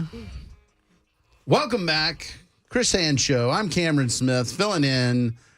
And I hope some of you know what day it is. I think most of you probably don't. You're just wandering around. We have in studio a treat. My 9-year-old Hayden, affectionately known as the Little Beast. Woo! When I post about the Beast on my social media, you can follow me at DCameronSmith. That's at D as in David, Cameron Smith on X. And I think some people use Threads. I don't know. But the boys are referred to as the Beast, the Middle Beast, Little Beast. And as new brothers come in, they get a Beast name. Nice. Yeah, we're still working on the most recent edition's Beast name. So, Hayden, I want to talk, something you mentioned with screen time and screens. A lot of parents out there are trying to figure out what to do with screens. What do you think? Like, what's the good part about technology and the screens, and what's the bad part? The good part about technology and screens is you can learn stuff from it, like what not to do. Like, you can look up stuff that, like, you don't know the answer to, or like not cheat on your homework, but, like, you know what I mean. Yeah, I do. And the bad part is, like, some parents just give an iPad to a person, but you need to actually, like, interact with your child. Yeah. Well, tell me about that. How do you and I interact? Like, what do we do? Like, you mentioned yard work and other stuff and being a leader. Like, what does interaction look like? Like, me and my dad, like, play wrestle sometimes. And Oh, yeah. Yeah. And, like, sometimes I go into his room in the morning, wake him up, and then we... You do wake me up sometimes. I'm asleep. There's a giant kamikaze 9-year-old coming in off the top rope. John Cena, dun dun dun dun dun. It's awesome. It sounds fun. It's exactly like it sounds in the morning. John Cena. You're like, no. What is happening? So, what? We'll talk about a lot about the Second Amendment here, and that's the right to keep and bear arms. The government's not going to stop you. What did you get for Christmas that you really liked? Ooh, my dad got me a onesie, and it's pretty comfortable. It has like racing stripes down the arms and stuff. You guys are gonna love this. And I got a new pair of Jordans. Yes, it's amazing. Is wearing the equivalent of a leisure suit right now. And I got we do this thing called Secret Santa. In our family, we call it White Elephant. I got these burger socks. They literally look like burgers. Oh, that's cool. And I wore them around my grandparents' house, and the bottom got black. And I was like so mad. Yeah, because he walked around without shoes on and wondered why the socks were becoming black. Yeah, it was like ripping don't off. you know the answer? What? Why the socks were becoming black? Because the floors weren't clean. Don't tell Marmar that. It would be really bad if she was listening to us. So I was asking about the Second Amendment. What was the thing that you and your brothers were blasting each other with? Gel blasters. It literally said like, what was the age that they 14 plus. 14 plus. Yeah. I'm 9, and we literally had gel blasters on rapid fire, and I was like hiding behind cars at my grandparents' house, shooting my brothers with this super high-powered gel blaster. Ooh. It was so fun. So when he says gel blaster, yeah. This is like airsoft, but with Orbeez. So The Orbeez, it is so high speed, it literally makes like steam coming out of the top of the gun. And since it's going, it's so high speed, it literally makes like steam when you're going rapid fire, or when you're going single shot. It literally makes steam. And he's very excited about this. Yeah, this sounds awesome. No, I'm getting excited. I want one. And sometimes they like explode before they like actually hit somebody because they're going so fast. Wow. Yeah, it's very intense and. No, they give us masks because it's for 14 and up. Yeah. Mama said you got to play with the eye protection. Of course, that's fair. And there's like this much from on the side of my mask, on the side of my mask that like, and then my brothers literally shot at my face, hit the back of my hoodie, bounced into my eye, bounced into my eye protection he had thing. Reflection from the back going forward. And then it like hit me right in between the eyes, and it was so uncomfortable. Well, so now that's enthusiasm, folks. Yeah. That level of running around, ducking, blasting, they've been having a grand old time. When I make you go outside, do you wish that you could just be on screens all the time? Sometimes, but they're kind of rated for kids these days. They're not really that fun. They're just boring. Why do you think kids play with the screens all the time? Because they think it's fun. But is it really doing anything? It makes them feel like they're doing something, but they're just moving their thumbs. Yeah, that's kind of interesting. And so they're sort of faking life. It's not like real, is it? Outside, me and my brothers sometimes get like boxing gloves and like these play foam swords and like just start hitting each other with it. Yeah. And it's like we do like fencing. I have this really heavy like plastic sword, and we do like fencing. It is a solid rubber katana, and it is not light. Thank you, Uncle Drew. And I just like swing at my brothers with it, and it is called fencing. Yeah, it's called fencing. Yeah, but like I like full on swing at them, and they have like these like shields that like are for football, like the shields. The football shield pads. Oh wow, yeah. Yeah, and they have them, and they like block it, and they have this like foam sword, and I just swing at them with this massive plastic katana. Yeah. Well, so Hayden, now sometimes when you guys play and you're a little rough and tumble, do you get bruises and stuff? Yeah. Yes. Yes. Yeah. It's pretty cool because we like brag about our scars. Yeah. From when we were fighting, like I beat you and now I got a cool scar on the side of me. Yeah. Exactly. Yeah. It's awesome. So folks that are listening out there, you know, how do they get their kids to play outside and do wild things? What would you, if you want to get a kid to come outside and play, how do you get them out? They're standing in front of that screen and they're like, I'm going to play more Fortnite. How do you get them outside? What do you do? Well, I'm 9, so I don't really know. But what I would do is I would say, go outside or else I'm taking your iPad away. Yeah, that's a pretty good motive. It's a good start. Because if you can play your iPad, then you can go outside and do stuff in reality. If you can play your iPad, you can do things in reality. You got a new bike. Cool. How do we feel about bikes? They're very fun. And I got a new mountain bike, so I can actually bike for a lot longer, and it is super fun. Like we have this massive hill in our neighborhood. I just go up and I'm going like 15 miles an hour down this hill. So you're going faster than that? Like 20 miles an hour. Like, yeah, you're going fast. Yeah, and you're just pedaling, and like you lose control sometimes because you're pedaling so fast, and like it feels like you're not doing anything, but you're making your bike go super fast. So how do you deal with the crashes? Ooh, I was going down this super steep hill, and like I fell off my bike. I was using like this BMX bike. It was like pretty tiny, so I lost control, and then I just like fell off my bike, and I literally couldn't pick up my bike and go up the hill. So my brothers literally had to get my mom to bring the car so I could hop in the car. Oh, wow. Because I was... Yeah, we crash hard. We crash real hard. If you're going to crash hard. Yeah, go all the way. And and I was like laughing at my bruises and like, I can't walk on this foot. Ha, ha, ha. So the moral of the story here is that if you're going to parent in this way where you don't give them the tranquilizer screens, there's some challenges, right? Like this is the reality is that, you know, Hey and his brothers constantly crunch into stuff. Like they're constantly wrecking, and, you know, we got bumps and bruises, but they're not zombified. And I think that that's really, really important in terms of not only how we parent, but how they learn.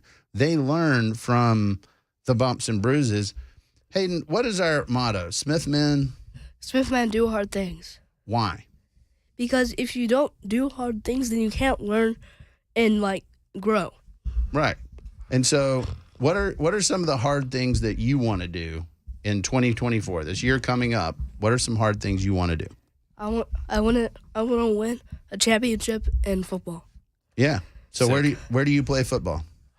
I play football at the Nolensville Panthers. Yeah. And so last season was a rough season. We were on the younger side of the age group, and we had some, you know, challenges. We didn't win as many games as we wanted to. What were your takeaways from the season, and what can we do better next year? So there were some fights. So we didn't have the team, like we had a team, but they weren't actually they didn't like each other that much. So and you need to have a team that actually likes each other, because without a team, that you can't really win football games without a team.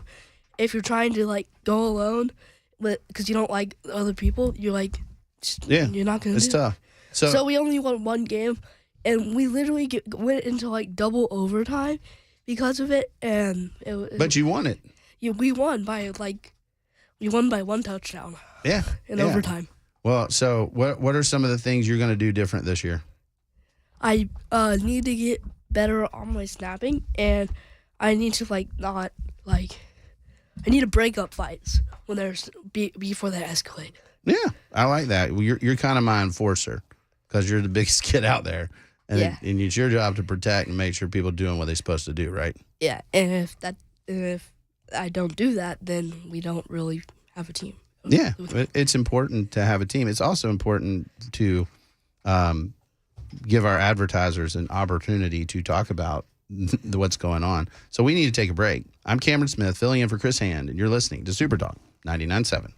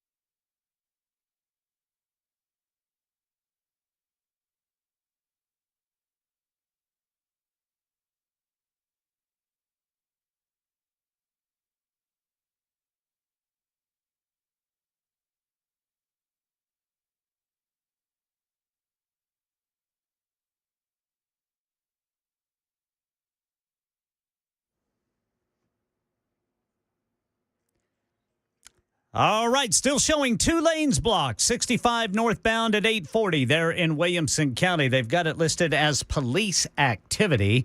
We've also got a ruling in Michigan on the former president and whether he will be allowed on the Republican presidential primary ballot. That story and more coming up at 11 on Super Talk 99.7 WTN.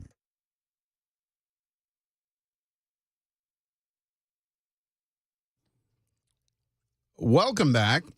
I'm Cameron Smith. You're listening to the Chris Hand Show. Super Talk text line 615-737-9986. I appreciate all the encouragement for the great Hayden Smith, the little beast. We're going to wrap up this conversation this hour and then turn back to some more political things in the 11 o'clock hour. I wanted to give Hayden an opportunity to talk briefly about football, which he is passionate about. What's your team, Hayden? Alabama, 100%. 100.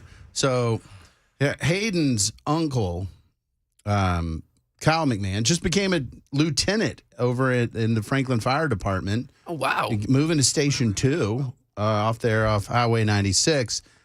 What's his team? I think it's Oklahoma. It is Oklahoma. Boomer Sooner. Boo Oklahoma. How do you feel about Oklahoma and Texas joining the SEC? You good with that? Yeah, because we're going to beat them every time, so it doesn't You're really probably matter. right. You didn't. You didn't beat them. We didn't beat them earlier. We don't talk about that. We don't talk about Bruno, and we don't talk about losing to Texas. That's fair. So tell me, there's a lot of teams out there. If there's one team that you were like, Alabama can only win one game next year, and they can play anybody in college football, who's the team that you want to beat? Georgia. Why? Because they've been good the past few years, and if we beat them, then they're good too. Do you want to play the best teams, or you want to play teams where you know you're going to win? You want to play the best teams, so it's kind of like a gamble if you're going to win or if you're not. Why do good teams want to play other great teams? Because it makes you better, and it's a lot more fun than just destroying another team. Yeah, joyless murder ball is not great sometimes. Do you?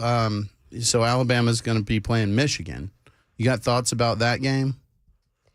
Yeah, we're gonna win. How big? Is it going to be a big win, little win? What are we talking about? It's gonna be like 2 or 3 touchdowns. You think so? Yeah. Michigan's a pretty good team. They're number 1. Maybe 2 touchdowns. Okay, maybe 2 touchdowns. Maybe 2. 3's excessive. Instead of 3. Now, we live in Tennessee. Tell me about the Volunteers. What do you think about the Tennessee Volunteers? If they are so excited that they had to rip up the goalpost, throw it in a river, that we've just beat them too many times. Just too many times. It creates that. It's kind of a sickness, right? Yeah. Right? They win and they're like, this never happens. Alabama's like, Nick Saban doesn't even smile when he wins anymore because he's wins so much. How long can we smile for and enjoy the win? How long is it okay to enjoy a win? Maybe 5 to 10 minutes. Yeah, 5 to 10 minutes, and then you move on, man. Wow, we were focused. Yeah, seriously. Me as a Vols fan, I'm like 5 to 10 days. I don't know about you back there, Boomer Sooner, I'm but a couple of years. Yeah. All right, so I don't even remember. What's that other team that's in there with Texas? Oh, Washington. Yeah, Washington. They have a football team. Who's going to win that game, Washington or Texas? Oh, Texas did beat Alabama, and I haven't really seen Washington play that much. I've seen Texas play, and they seem good, so I think Texas is going to win. Yeah, every time Washington plays, it's probably past your bedtime. It's past all of our bedtimes when they play. So they're out on the West Coast, so that's the thing. So you got Texas and Alabama in the college championship, the rematch for the ages. Who's going to win that one? Alabama, but it's going to be really close. But it's going to be in the 20s, 20 points. Mm-hmm. And Alabama's going to win by a field goal or something. So 24-27, Bama wins. Yeah. Gotcha. Okay, I like it. It's important to get out there. Could Alabama beat the Chiefs right now? The Kansas City Chiefs. Okay. Maybe, it's going to be pretty close. What? It's going to be pretty close. Have you heard what Taylor Swift has done to that team? Jeez. No, you can't do this to this child. No. Okay. I didn't know. I don't. She's dating Travis Kelce. Yeah, I've heard that. Yeah. It's gonna be super weird when Travis Kelce or Taylor Swift they just break up, and it's gonna be super weird. Super awkward. It's just gonna be super awkward for the Chiefs fan. And do you think that's hurting team unity? That the distraction of that relationship. Yeah, I guess so. I don't really know because. Yeah, that's fair. So who's the best team in the NFL right now? In your mind, who's the best? Eagles. Wow. Eagles. Tell me, you've struggled with the Titans and being a Titans fan. Yeah. Oh, okay. I was born in Tennessee and my dad's been a Titans fan, but my mom's parents are really big Eagles fans. Ooh. So I was deciding between the Titans and the Eagles. But the Titans were losing by a lot, so I wasn't really gonna go for them. The Eagles are, yeah. And then But who's on the Eagles? Jalen Hurts and a bunch of Alabama players. Yeah. So I was gonna choose them anyways. And then my grandfather came over from Pennsylvania, and bought me a Jalen Hurts jersey, and that sealed the deal. Yeah, it's over now. Genuine Jalen Hurts jersey, and I was That's like, awesome. Well, we could get you a Tannehill, Levis, Derrick Henry. maybe Henry. No, love Derrick Henry. You love Derrick Henry, right? Yeah, he's Bama? very good. Yeah, Bama boy. Yeah, we love the Alabama players in the NFL, and Derrick Henry is certainly one of them. But can Derrick Henry carry the day for the Titans? No, it has to be a team effort. And Derrick Henry can score a couple touchdowns, but the whole team actually has to do something. Yeah. Bingo. Yeah, we've been talking about that for a while now. You got to tell Mike Vrabel that. Yeah, Mike Vrabel. He gets it. It's like, so if we all do the football at the same time, Usually ends up better. it's better. When some do and others don't, it's not as good. Well, Hayden, we're wrapping up the hour, and I really appreciate your conversation. You've been excellent today. Is there anything else you want to tell anybody, throw out there? Anything you want to say? Not really. Well, that's pretty great, dude. I've answered a lot of questions, and it's been super fun on the radio. Well, You did great. I appreciate it, Hayden. Thank you very much. That's Hayden, folks. I mean, that's great. That's a 9-year-old.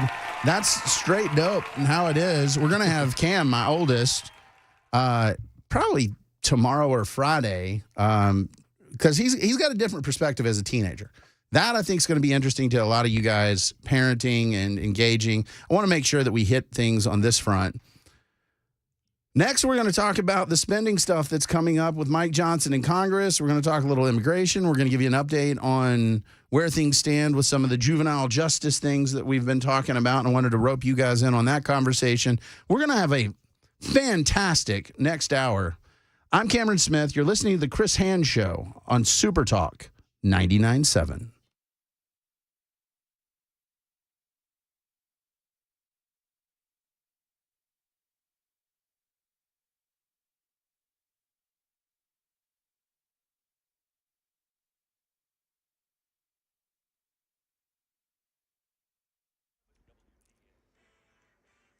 Eleven o'clock on the dot. I'm Ken Weaver with your top stories. Got the full forecast in 2 minutes.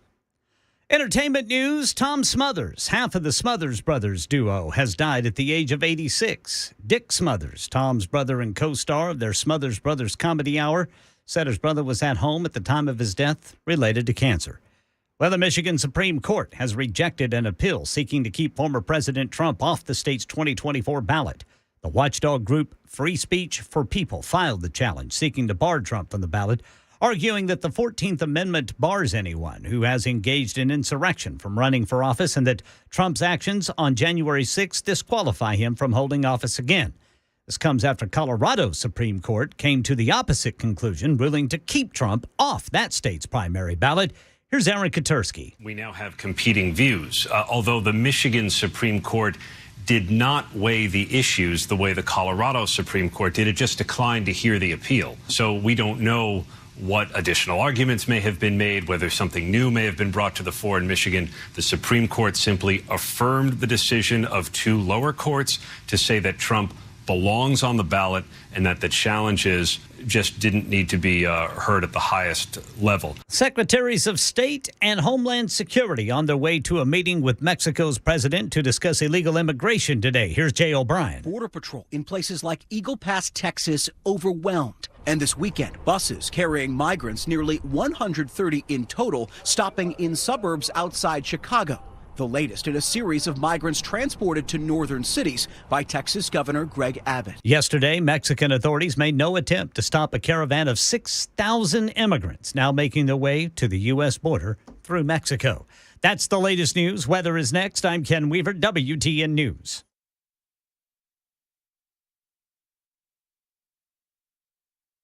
I wanted to touch on the history of Tethered and kind of how it came about. There was a handful of us that were already using similar equipment. At the time, however, you couldn't just go to the store and buy saddle equipment. It just didn't exist. And selfishly, we just were making gear that nobody else would make for us and that we wanted ourselves. And our goal was just to to make enough to break even.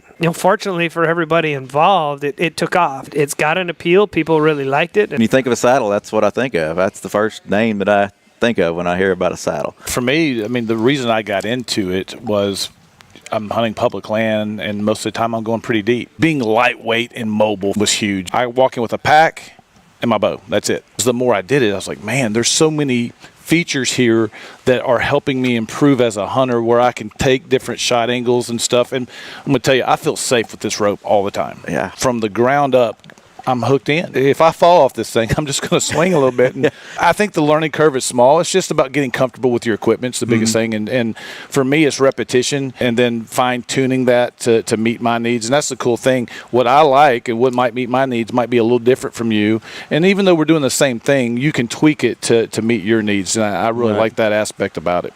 But we've done a really good job of just innovating and creating products that don't exist. You're seeing the growth of the sport, you're seeing the innovation, and you're seeing all of these cool things that we make, and it's because we actually use it.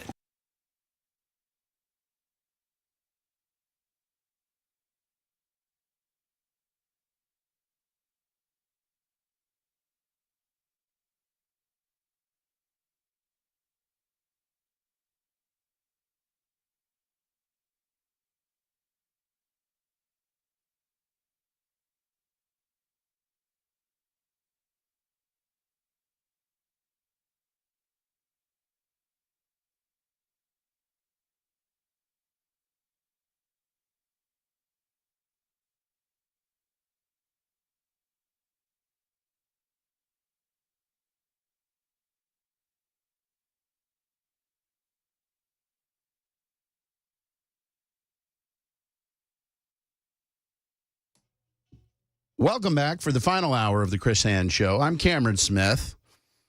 Thank you for all of your feedback on the Super Talk text line, 615-737-9986. I was reading some of it to my son Hayden during the break. You're too kind.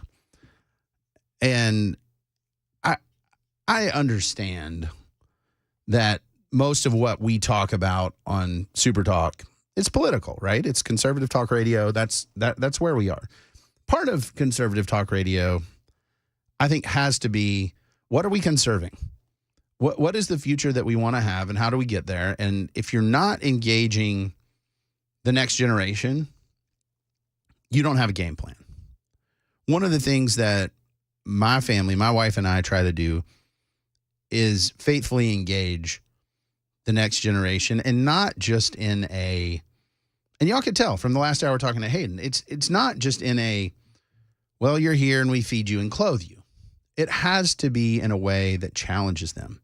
Because if you want to push back on woke culture, that's something we talk about a lot, you really have to create the culture that you want. One of the reasons that I do what I do, I'm a partner in a media company where making independent film and engaging in projects that are what we want to watch, the culture we want to have, the future we want to build. That's how you win. That's how you beat the garbage, because, folks, the fight's for the future. That's what we're dealing with. The left has said, we're coming after your kids, and if we don't have an equal opposing force, or preferably an overwhelming opposing force, then we're in a bad way. We're going to be in a situation where we lose, and we lose horribly, because they're fighting for the future. We're fighting for the present and saying, we don't like this or that. We don't think that we have a future. We just think we have the present, and we have things that we're upset about. That, to me, is the difference. And so that's why talking to Hayden matters. It's not just a exercise for me to query my son over the radio. It's, what's the future look like? How do we build it? How do we build it better together? And I hope all of you that are on the radio that have children are engaging them in a progressively adult fashion. What I mean by that is, as they get older, sure, if they're 4 or 5, some things are appropriate, others are not. As they get older, like Hayden, and they're 9, you can have more conversations. As they get to be teenagers, you need to progressively advance the conversation. If you say there are things that we won't talk about. We won't talk about politics. Well, guess what? With my 9-year-old, we talk about politics all the time. If you take things off the table, the culture that you hate will put their things on said table. So when you're sitting around the dinner table and you're having those conversations, you get to choose. Either you talk about the topics and build trust with the next generation, or leave it to the culture. I choose not to leave it to the culture. And so that means there's some weird conversations. We talk about things that, you might say, well, I'm not sure that that's age appropriate. The culture does not care. I want all of y'all to understand that. The culture doesn't care. It doesn't care whether your kid's ready or not. It's coming for them. And here's a little thing that I've learned, is that if I don't build trust with my boys that have been entrusted to me, the culture will try to do that. It will say, we're telling you the truth about sex, about women, about jobs, about money, about faith, values. None of the culture cares whether things are age appropriate. It's just, we're going to convey this message early and often. They will listen, they will internalize, and meanwhile, they'll think that their parents are liars. And I can tell you, my wife blushes all the time. We have some awkward conversations in our house. You know why? Because I want to be honest with my boys and have a chance to teach them before their buddies decide to teach them. And I'm telling you guys, that's so critical. Your relationship with your children changes the future. And so either you have a trusting relationship or you don't. And if they think that you're lying to them, they'll stop listening entirely. And on some of these topics, I mean, the big one that keeps coming up is sexuality. Like, let's not mince words here. We're talking about books in libraries that are inappropriate for kids. Well, you know what? You have to counter that not with saying no to the book. That's one thing. But you have to teach kids at home about that stuff. You have to engage them. You have to let them know what the truth is. And I get it. I had the Old South, all that stuff, and it was very, well, we don't really talk about this stuff. We don't really want to know. The kids aren't dealing with these topics yet. Peter says, that's why I tell the truth about no Santa to my kids. Me too, actually. And it has been tough over the years because, and my kids now know that it's like, look, you don't have to ruin it for other people. Like, Santa's about the spirit of generosity. And we tell them that, but like, we don't try to convince them that like a weird man comes down the chimney and leaves gifts. I'm like, that's like reverse burglary. I mean, I don't know what's happening there. Like the tooth fairy thing. I mean, my 12-year-old was like, Dad, this is weird that people believe somebody comes in the middle of the night and steals the teeth that you yanked from your head. Like, and it's a fairy. Like, what kind of fairy is that? I know it sounds little, but building that trust really matters. And the world is pumping out stuff that it's connecting. Our kids are saying, well, that checks out.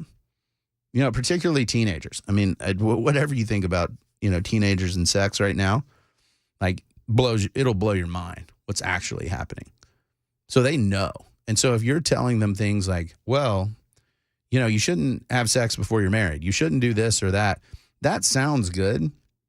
But like when you say, oh no, it's awful and terrible. And then the culture's saying, actually, it's a lot of fun. And instead of saying, well, actually, there's a context here where relationships matter. And if you're doing that stuff outside of the context of a stable relationship between a husband and a wife, yeah, it's still fun. It's just, are you going to have that kind of fun with a ton of people? Is that something that you really want? And having those conversations with them, frankly, as opposed to them feeling like you lied to them, and then they're just not going to ask you anymore. And some of y'all are you just breaking out in hives right now saying, oh, no. Well, when do I have to start talking to my kids about some of this stuff that matters? The average age to hardcore pornography exposure in the United States is about 8. So you got to ask yourself, are you going to start having these conversations and figuring this stuff out? Or are you going to sort of believe this myth that your kids are going to be protected? I'm telling you, it comes for them. The world is coming for your kids. And so 2 things. One, you got to protect them diligently. Those screens are a gateway to all kinds of stuff. And I'm talking about even the screens you think were safe. Like, my kids didn't have access to, like, weirdo video games, and still they managed to find stuff they shouldn't find on the browser on the Xbox that I didn't even know was there. And so that's what we're up against, and you got to engage there. You got to figure that out. And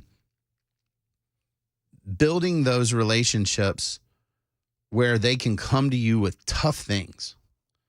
Say, Dad, I don't know about this. This seems weird. You know, some of these girls are saying and doing things that I don't think I should do. I mean, I'm starting to have those conversations with my freshman son. He's 14, and he's like, a lot of this stuff seems not the way it should be. And the answer is, you're right. And you got choices to make. And those choices have consequences. And talking to them about that so that when he makes a good choice, the good consequences check out. And when he makes a bad choice, the bad consequences check out. And he said, well, you know what? My dad's going to shoot me straight. My mom's going to shoot me straight. And even if it's not fun for me to hear, Hayden, he's 9. He'll tell you, man, it annoys me when you tell me I can't watch something. I can't do something. Because no kid wants their parent to tell them no. But he appreciates it. He understands why. He understands why I'm trying to raise him in the way he should go. And so if we're not being serious with these kids at an appropriate age, and when I say appropriate, I'm not talking about was appropriate in the 1950s or what was appropriate in the 1990s. I'm talking about what's appropriate now for what they're dealing with. Like, don't kid yourself about what they're exposed to. They're exposed to things between friends, the internet, social media, all that stuff.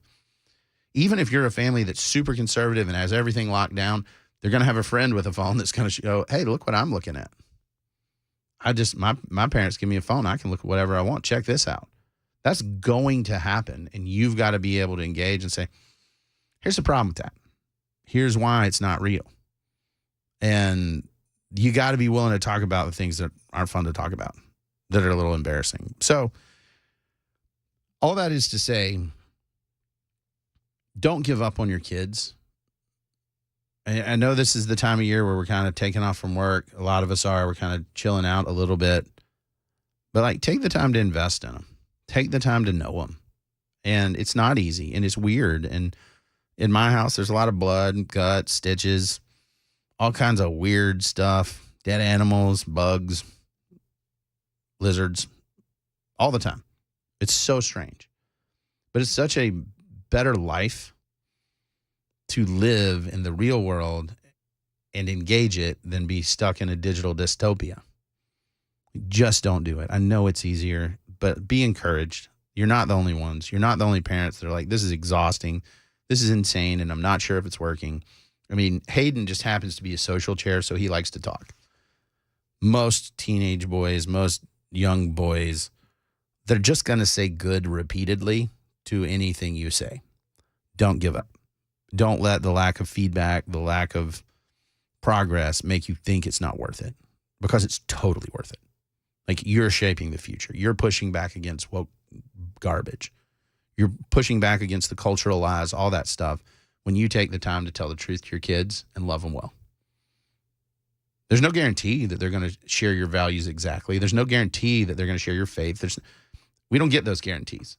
But making those investments and having kids that know they're loved, I can tell you it's a game changer. Like, the kids that come into my home that haven't had that, when they have it, it's just like, wait a minute. You're just telling me this is the thing? And the answer is yeah. And I encourage all of you, I mention this almost every time I'm on the air, but, like, if you're thinking about fostering, if you're thinking about adopting, if you're thinking about helping some kids out that don't have that support network, call me. Reach out at D Cameron Smith on Twitter. My stuff's easy to find. You can find me over at the Tennessean on the editorial board. It is easy to find me, and I will connect to you. I'll answer your questions truthfully. You heard from Hayden on the air about the ups and downs of fostering. Give it a shot. At least do the training. It's free. Do the training, learn about it, see what you think, kick the tires, and if you don't think that that's for you, that's okay. But I'm very pro-life. I believe that everybody is made in the image of God and that life is precious. And I believe that each of the kids that's out there needs a family, needs a context, needs somebody who cares. And it's easy for us to explain why we're not good enough, why we don't have the capacity, why we can't help. But you can. Some of you can. Not all of you, but some of you can. So please give it a shot. If you're thinking about it, you're not sure, talk to me. It's not for everybody, but man, to make a difference in the future, to fight for the culture, to say, here's the future that we want to build, it takes massive investment. And that investment is predominantly from our families. And we can push back. We can be successful. The idea that our culture is irredeemable and we can't move in a better direction is just false. It just takes leadership. That's why I'm teaching my kids. When Hayden says he's teaching me to be a leader, heck yeah. That's exactly what I'm teaching him to do. Because it takes time. So I can't lead where we need to go. But maybe I can lead the leaders. Maybe I can help build them. Maybe you can. We got to take a break. I'm Cameron Smith. You're listening to The Chris Hand Show. And this is Super Talk 99.7.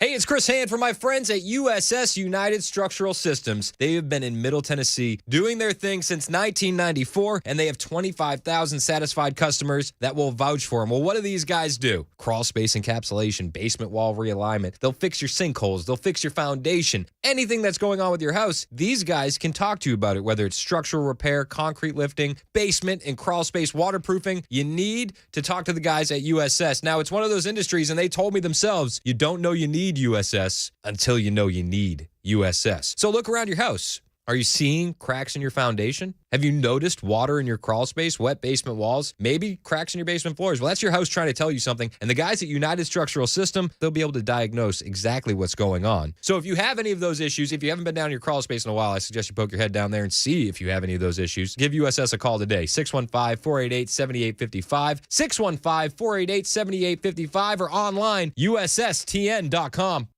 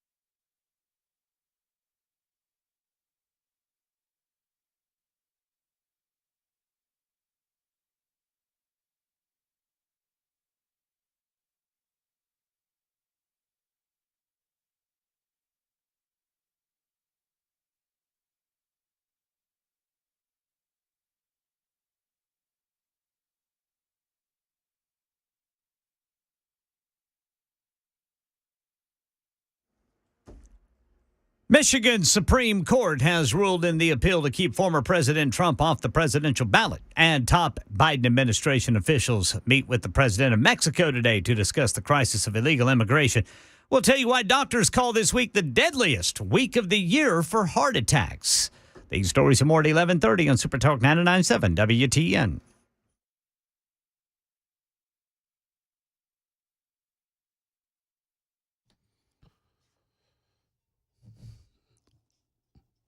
When I think about this, I think about the next episode. And the next episode of the Chris Hand Show will be tomorrow from 9 to noon, and then Friday. And I will be there for both of those for you guys. We're going to have some interesting guests. I think I am going to bring my teenage son on so you get a little bit of a different perspective. And we'll do an hour with him either tomorrow or Friday. And I've got one of my friends who's checking his schedule, who's a banking executive here in Tennessee, and just get a little bit of the, hey, what are the economics looking like, shaping up for the next year? What are some things that you guys might want to know? Just have that conversation. If we can work that out, hopefully we'll have him in the next day or two as well. Hey, from the Super Talk text lines, hey, Smith, you might not be that bad after all. Thank you. I appreciate that. It's hard because let me be real clear about this. When it comes to the political stuff, I like to challenge conservatives. I like to make people think. I like to take sort of the contrarian view. And if you tell me, Cameron, you must believe this or you can't be in the club, I almost will always take that view. If it's rational and consistent with where I am, I like to mix it up. The lawyer in me likes to fight. And so, as you could tell from talking to my 9-year-old, that's how our family works. So the resilience that comes from doing hard things and from being challenged and not being a snowflake and taking your ball and going home is how we roll. And I know that's not for everybody, but sometimes I like the friction. I like the fight. I like to say, how do we get better as conservatives? Not how do we tell each other what we already want to hear? And I know that that's tough. That's it's a lot of you guys, and I understand it. It's not lost on me. Want me just to tell everybody how bad the Democrats are. Well, guess what? I'm not a Democrat. I want to beat the Democrats. I want liberal ideology to be a thing we talk about in history classes, where people knew so much that wasn't so. They had atrocious views about what is a woman. They had all kind of weird thinking. And then we don't do that anymore. And so the way I see the best pathway to do that is to have better Republicans that can pull Reagan majorities and get 80% of the country and say, yeah, cool. We're cool with this. This is where we want to be. Not 50% plus one. Like the days of the slim majority drive me nuts because everybody claims a mandate every time they win a close election. We need to figure out what that big tent looks like, how we get those majorities and how we move in that direction. And sometimes that means you got to speak hard truths to the folks that you actually agree with most of the time. And so I do that and I understand that that can hurt folks' feelings. It can make them feel like I don't like them. That's just not true. I just want us to be better. I want us to understand more. I want us to be driven by the facts and information rather than emotion, because that's what drives me crazy about the left. Of, hey, you feel a certain way, that's reality. Well, that's not true. It's not true for the left or the right. And so we got to be serious about that. Nathan's been waiting. Nathan, we got a few minutes before the half-hour break, so let's talk. What do you have on your mind? Well, there were two things that I really wanted to talk about. One, I'm a teacher, and I work with kids that have access to all these devices that have been not only given to them by the school, where every kid has an iPad, and just already catching kids looking at stuff. But in my conversations over the years with my students and all, the amount of girls would blow people's minds that are addicted to porn. And it's not just, the porn that we were introduced to as kids. I mean, it's like hardcore stuff. And we're talking 4th, 5th graders, middle schoolers, high schoolers, like girls addicted.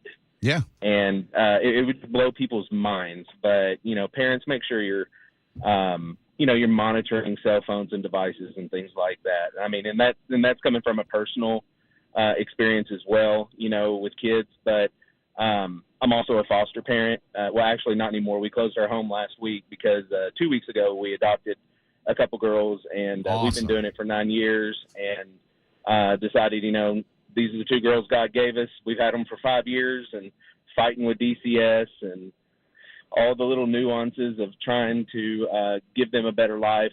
We're now able to do that. We've got their last name changed. They're ours forever. Woohoo! And so anybody out there that is saying, fostering isn't for me, you don't have to take them in long term. There's a huge, huge, huge need for respite families out there, families that'll just get certified through DCS to watch some kids for a week, or while the parents take a vacation that they need, because there's so much of a strain on relationships. I've had so many friends that they've gotten divorces over fostering. Yeah.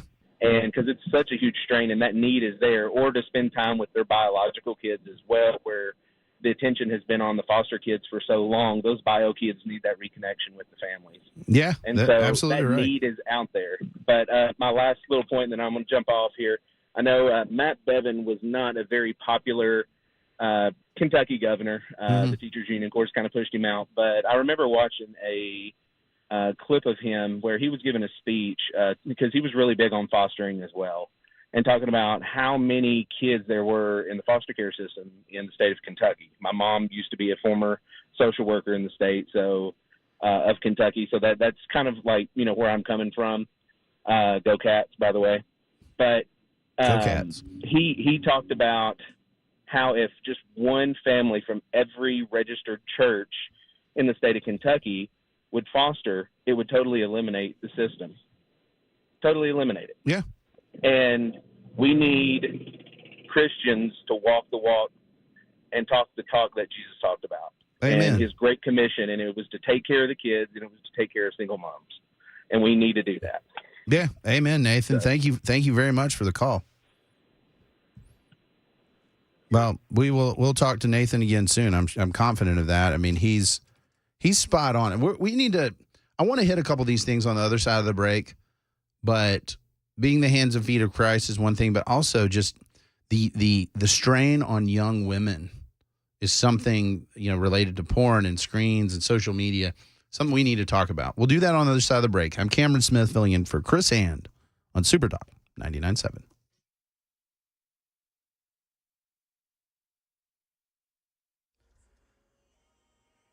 I'm Ken Weaver with your top stories. Full forecast in 2 minutes. And election 2024, another win in the courts for former President Trump. The Michigan Supreme Court rejecting an appeal to bar him from the state's ballot based on his alleged role in the January 6, 2021 U.S. Capitol riot. There are decisions pending and challenges in more than a dozen other states. Southern border security update. Top Biden administration officials meeting today in Mexico City with the president of Mexico. The meeting is aimed at finding ways Mexico and the U.S. can jointly address the immigration crisis. The U.S. Border Patrol encountering as many as 10,000 migrants crossing into this country each day. Health news you need to know. With Christmas behind us and New Year's ahead, Americans are in the middle of the deadliest week of the year for heart attacks. Doctors say 2 peaks they see in heart attacks and deaths are December 25th and January 1st. Stress, overindulging in food and drink, and cold weather contribute. That's the latest news. Traffic and weather next. I'm Ken Weaver, WTN News. Hey folks, Paul Winkler here. One of the things that we see from time to time, well, way too often, is this. Let's say that you go to a financial advisor and they say, hey, you need to set up an investment portfolio, and what we need to do is we need to have some of your money in stocks or mutual funds or ETFs or something like that, and we need to have something fixed or guaranteed in your investment portfolio that'll protect you against the market downturns. And quite often what they're talking about, they may not use this word, but often what they're talking about is putting your money into some sort of an annuity. like an indexed annuity or something like that, or a fixed annuity. And what they're doing is they're saying, hey, let's put your money in both of these, which sounds really good. And you should. And typically in an investment portfolio, you do want to have fixed investments and stocks as well in the portfolio to protect against inflation. But here's what happens when you manage a portfolio. Let me use a really, really simple example. Let's say I have a portfolio and I got stocks in there. Then I have my fixed income, my bonds in the portfolio as well. And let's say I have half my money in each.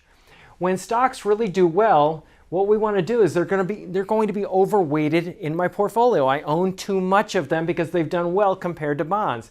It was supposed to be half and half, and now maybe it's 70% stocks and 30% bonds, let's say, or something like that. So I want to sell some of this and buy some of that to bring it back to 50-50 and back and forth throughout time. Well, the problem is when you're managing a portfolio and rebalancing in that way, bringing it back to the original portfolio mix of half and half in my example, I'm going to have to incur a trading cost or a commission or a back-end surrender with the annuity. It doesn't make any sense to use that product in this particular manner. Why do people do it? Well, the reason quite often is this. Commissions are very high with these products. And a lot of firms, they actually require their advisors to recommend a certain amount of annuities for every person that walks in the door. Now, typically annuities are used for a different purpose. They were actually designed for a totally different purpose. And that was distribution toward the end of life. When somebody looks like they're going to run out of money, they're annuitized. Now, let me tell you something. One study showed there was only like 5% of annuities are ever used in that fashion. Most often they're sold as an accumulation vehicle like this, and they were never really designed for that purpose. If you want to learn more, call us for a free 15-minute phone call or go to our website, paulwinkler.com. The number 615-851-1950 or paulwinkler.com. We don't do anything on commission, and we like to rail against these types of things and help investors do what is in their best interest. paulwinkler.com.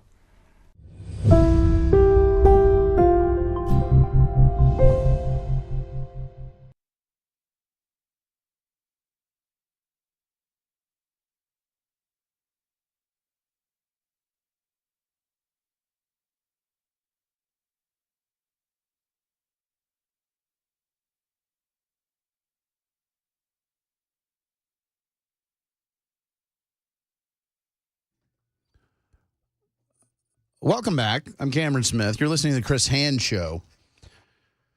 Some of the things that Nathan said bear repeating. And I want you to hear this because nobody believes it. The exposure that young people have to sexually explicit content is significant. And the greatest myth is that this is just a man problem. It's just teenagers and adult males that have this problem. You can look, there's so many different surveys out there. But one of these surveys, let's see, this is the Ballard Brief.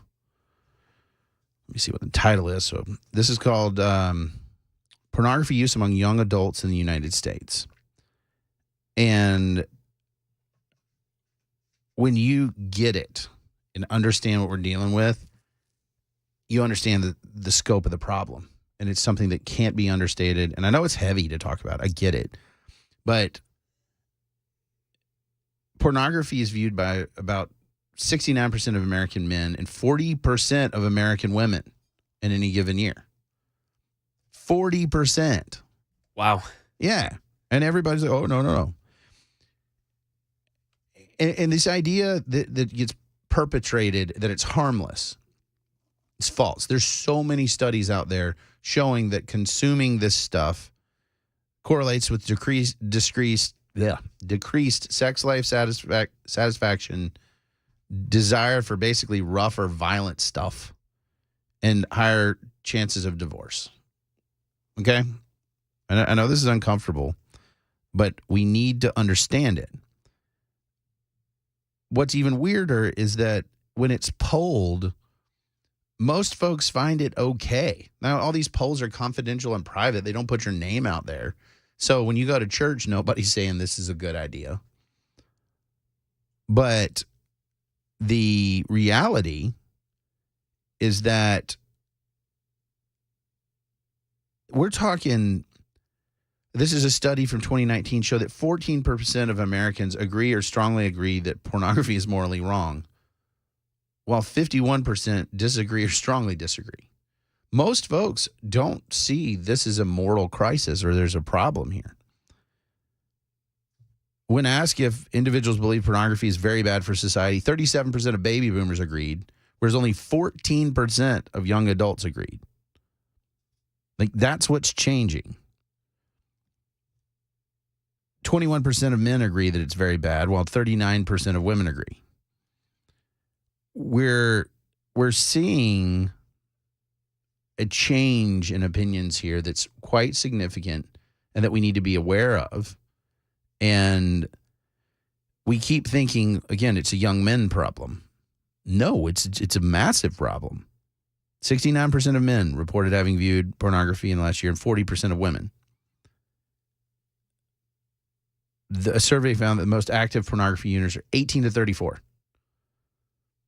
57% of young adults seek it out frequently, meaning monthly or more often. And it's adults other than 25 seeking out frequently. Adults older than 25, only 29%. Children are first exposed to pornography between the ages of 9 and 13. I've seen as young as 8, I've seen 11, but it's in that range. And that's something that parents are just not aware of. Most parents aren't. This is not Playboy. We're talking hardcore. I mean, billions of visitors to websites. It's actually probably not safe for work, but the data analytics for Pornhub are fascinating when you see what's out there. But, you know, there are a ton of young women that they're addicted, that they're consuming this. And we just are kind of like, no, that's not a thing. It's not. Yeah, it is. Nathan's pointing it out based on hits that schools can see what young women are looking for. But this goes back to the point of relationships, that if you don't have relationships, you don't know how to build relationships, you're still going to look for them in ways that sort of offer a fix, even if they don't address the need. And so if we're not engaging this stuff real and we're not talking about it, then we've got a huge, huge, huge problem. And I see it in our schools because we're a foster family. We've had fantastic school administrators that have, you know, reached back out to us and said, hey, you know, you need to jump in and see what your sons are looking at on the school stuff, because the schools get reports. And so we actually love it that those school laptops are a great way to open those conversations, because it's like, whoa, let's talk. What are we doing here? And I think that's something that most parents, we don't relish the conversation, but this goes back to trust. This is what I was talking about when I had Hayden on the air. You got to be able to talk about this stuff. You got to be able to build trust. And when they have questions that are weird and awkward, answer them. Because, come on, folks. It's been weird and awkward for us forever. Like, I remember the conversation of like, hey, I don't know. So I sort of was there at the opening of the internet. You know, I was there for dial-up, and then we got those fast cable modem speeds, and, you know, I could start asking questions. And what I find in my own house is that my kids, we have those Alexa devices, and my kids will ask Alexa. Like, they'll say, well, what about this? What is this? Alexa, tell me. Because they're sometimes embarrassed to ask me. And so I've told them that the right to privacy is rather limited in my house. And I said, when you talk to Alexa, I can see it. And when I see it, I'm going to talk to you so you can talk to me. And they actually have appreciated that. They've wanted to have the opportunity to have meaningful conversations about this stuff. But I just take a minute. I mean, there's reliable information out there about this stuff and how big of a deal it is. And it's difficult for us to admit this and realize that, you know, most teens are looking at this stuff, or a lot of teens are looking at this for information on how they should engage the opposite sex or engage the people in their life on this front. I mean, it's dangerous. It is problematic. And, you know, by the time you've got a teenager, we're talking 70% for girls and boys who have seen it. Like they've encountered it. And so we all have to just pull our heads out of the sand and admit that we're dealing with a world that does not share what many of us claim to believe. It doesn't share our values. And our kids are exposed to it. And if we act like it's not true, I know it's more comfortable for some of us to go through life believing in a fantasy, believing that our kids are never exposed to anything harmful, that they're not learning stuff that is antithetical to what we're trying to teach them. But if you do that, we've already lost. The woke culture so many of y'all are afraid of has already won. And yes, several of you have asked for these articles, and I will probably a little bit later this afternoon, I'll tweet them out. And the way that I do this to make it easy, that's at @DCameronSmith on Twitter. You can follow me. But also hashtag TNPolitics is an easy way to find. Typically when I post stuff like that, I'll do hashtag TNPolitics. But I've watched pornography and stuff out there cost relationships. I've watched it cost marriages, kids. I have a close family friend that had to remove the bathroom door and say, we can't lock doors in our house because teenagers addicted to porn. Like, we got to try to break the cycle to be like, you go in there and shower and do your thing, but we're not doing camp out and look at porn.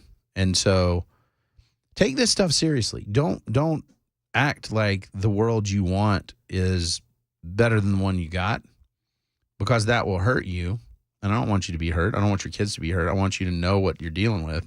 And when we want to win against the culture, which I've known you guys for a while. A lot of y'all hear me on the Matt Murphy Show on Wednesdays, but as I filled in, as I write for the Tennessean, I mean, y'all have seen some of my stuff. You kind of know where I am. I think the biggest threat to our future is not taking seriously the present and suggesting that it's someone else's fault. Suggesting that, well, I mean, the real issue is the inappropriate material that some people are trying to put in libraries. Again, that's important. We should address that and be like, no. But we also need to make sure that we're talking to kids about the truth, because we can say they're not seeing it, but we don't want them to see it in the library. They're going to see it on a friend's phone. They're going to see it somewhere.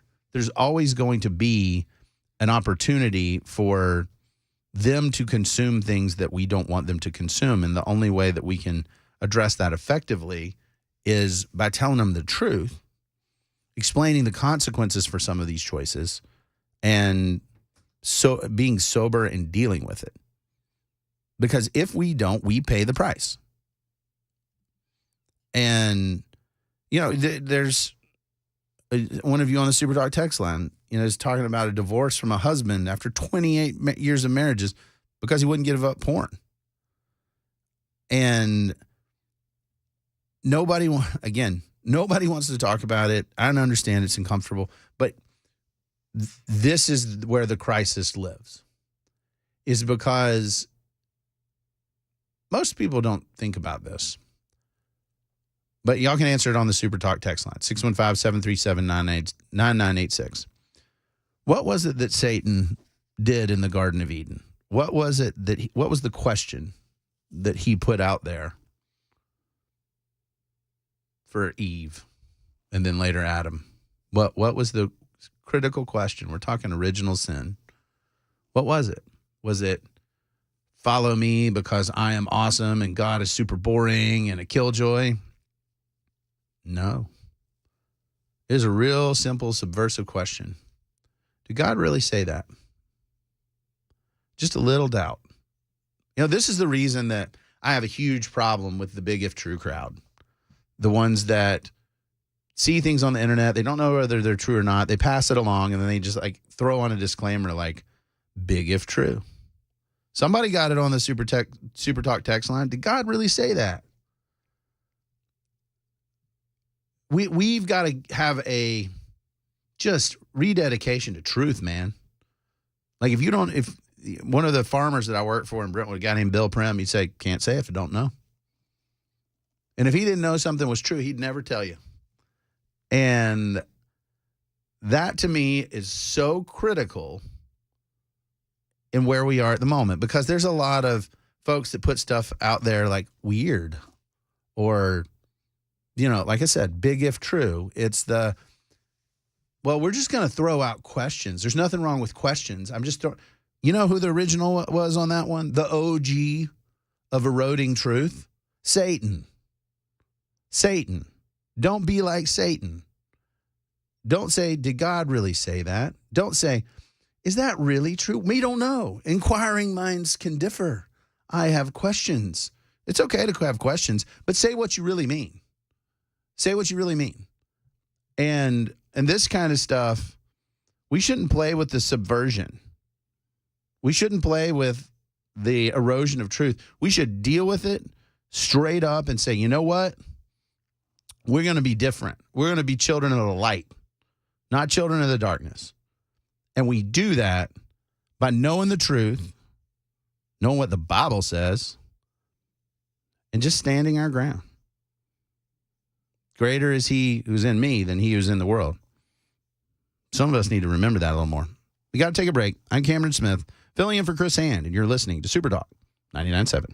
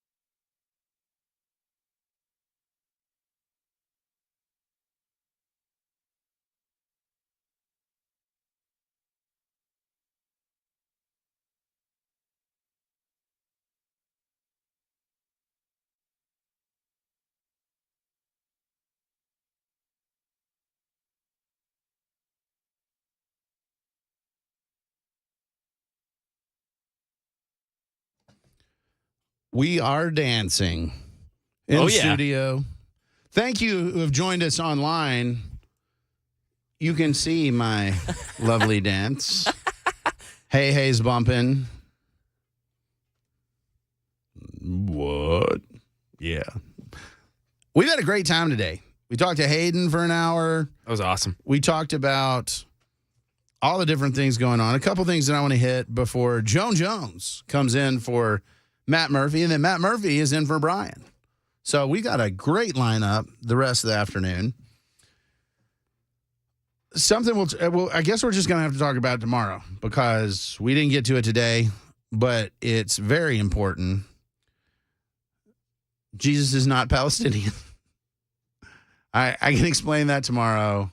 I want to do it in enough detail that you guys can take notes and then use this whenever people try to get that garbage out there that, oh, well, Jesus is Palestinian. Well, let's talk about that. We'll do that tomorrow because I do think that that's important, that we do the whole historical facts thing as opposed to, hey, what's useful for our political arguments? Because that one, there was a priest who came out, I guess it was, I can't remember which cable news channel it was on, but that was his big statement of, after all, Jesus is a Palestinian, to which I'm like, man, there's like a whole lot of history here that you're just ignoring and just saying, well, Palestinians are from the region where Jesus is from, so same, right? No.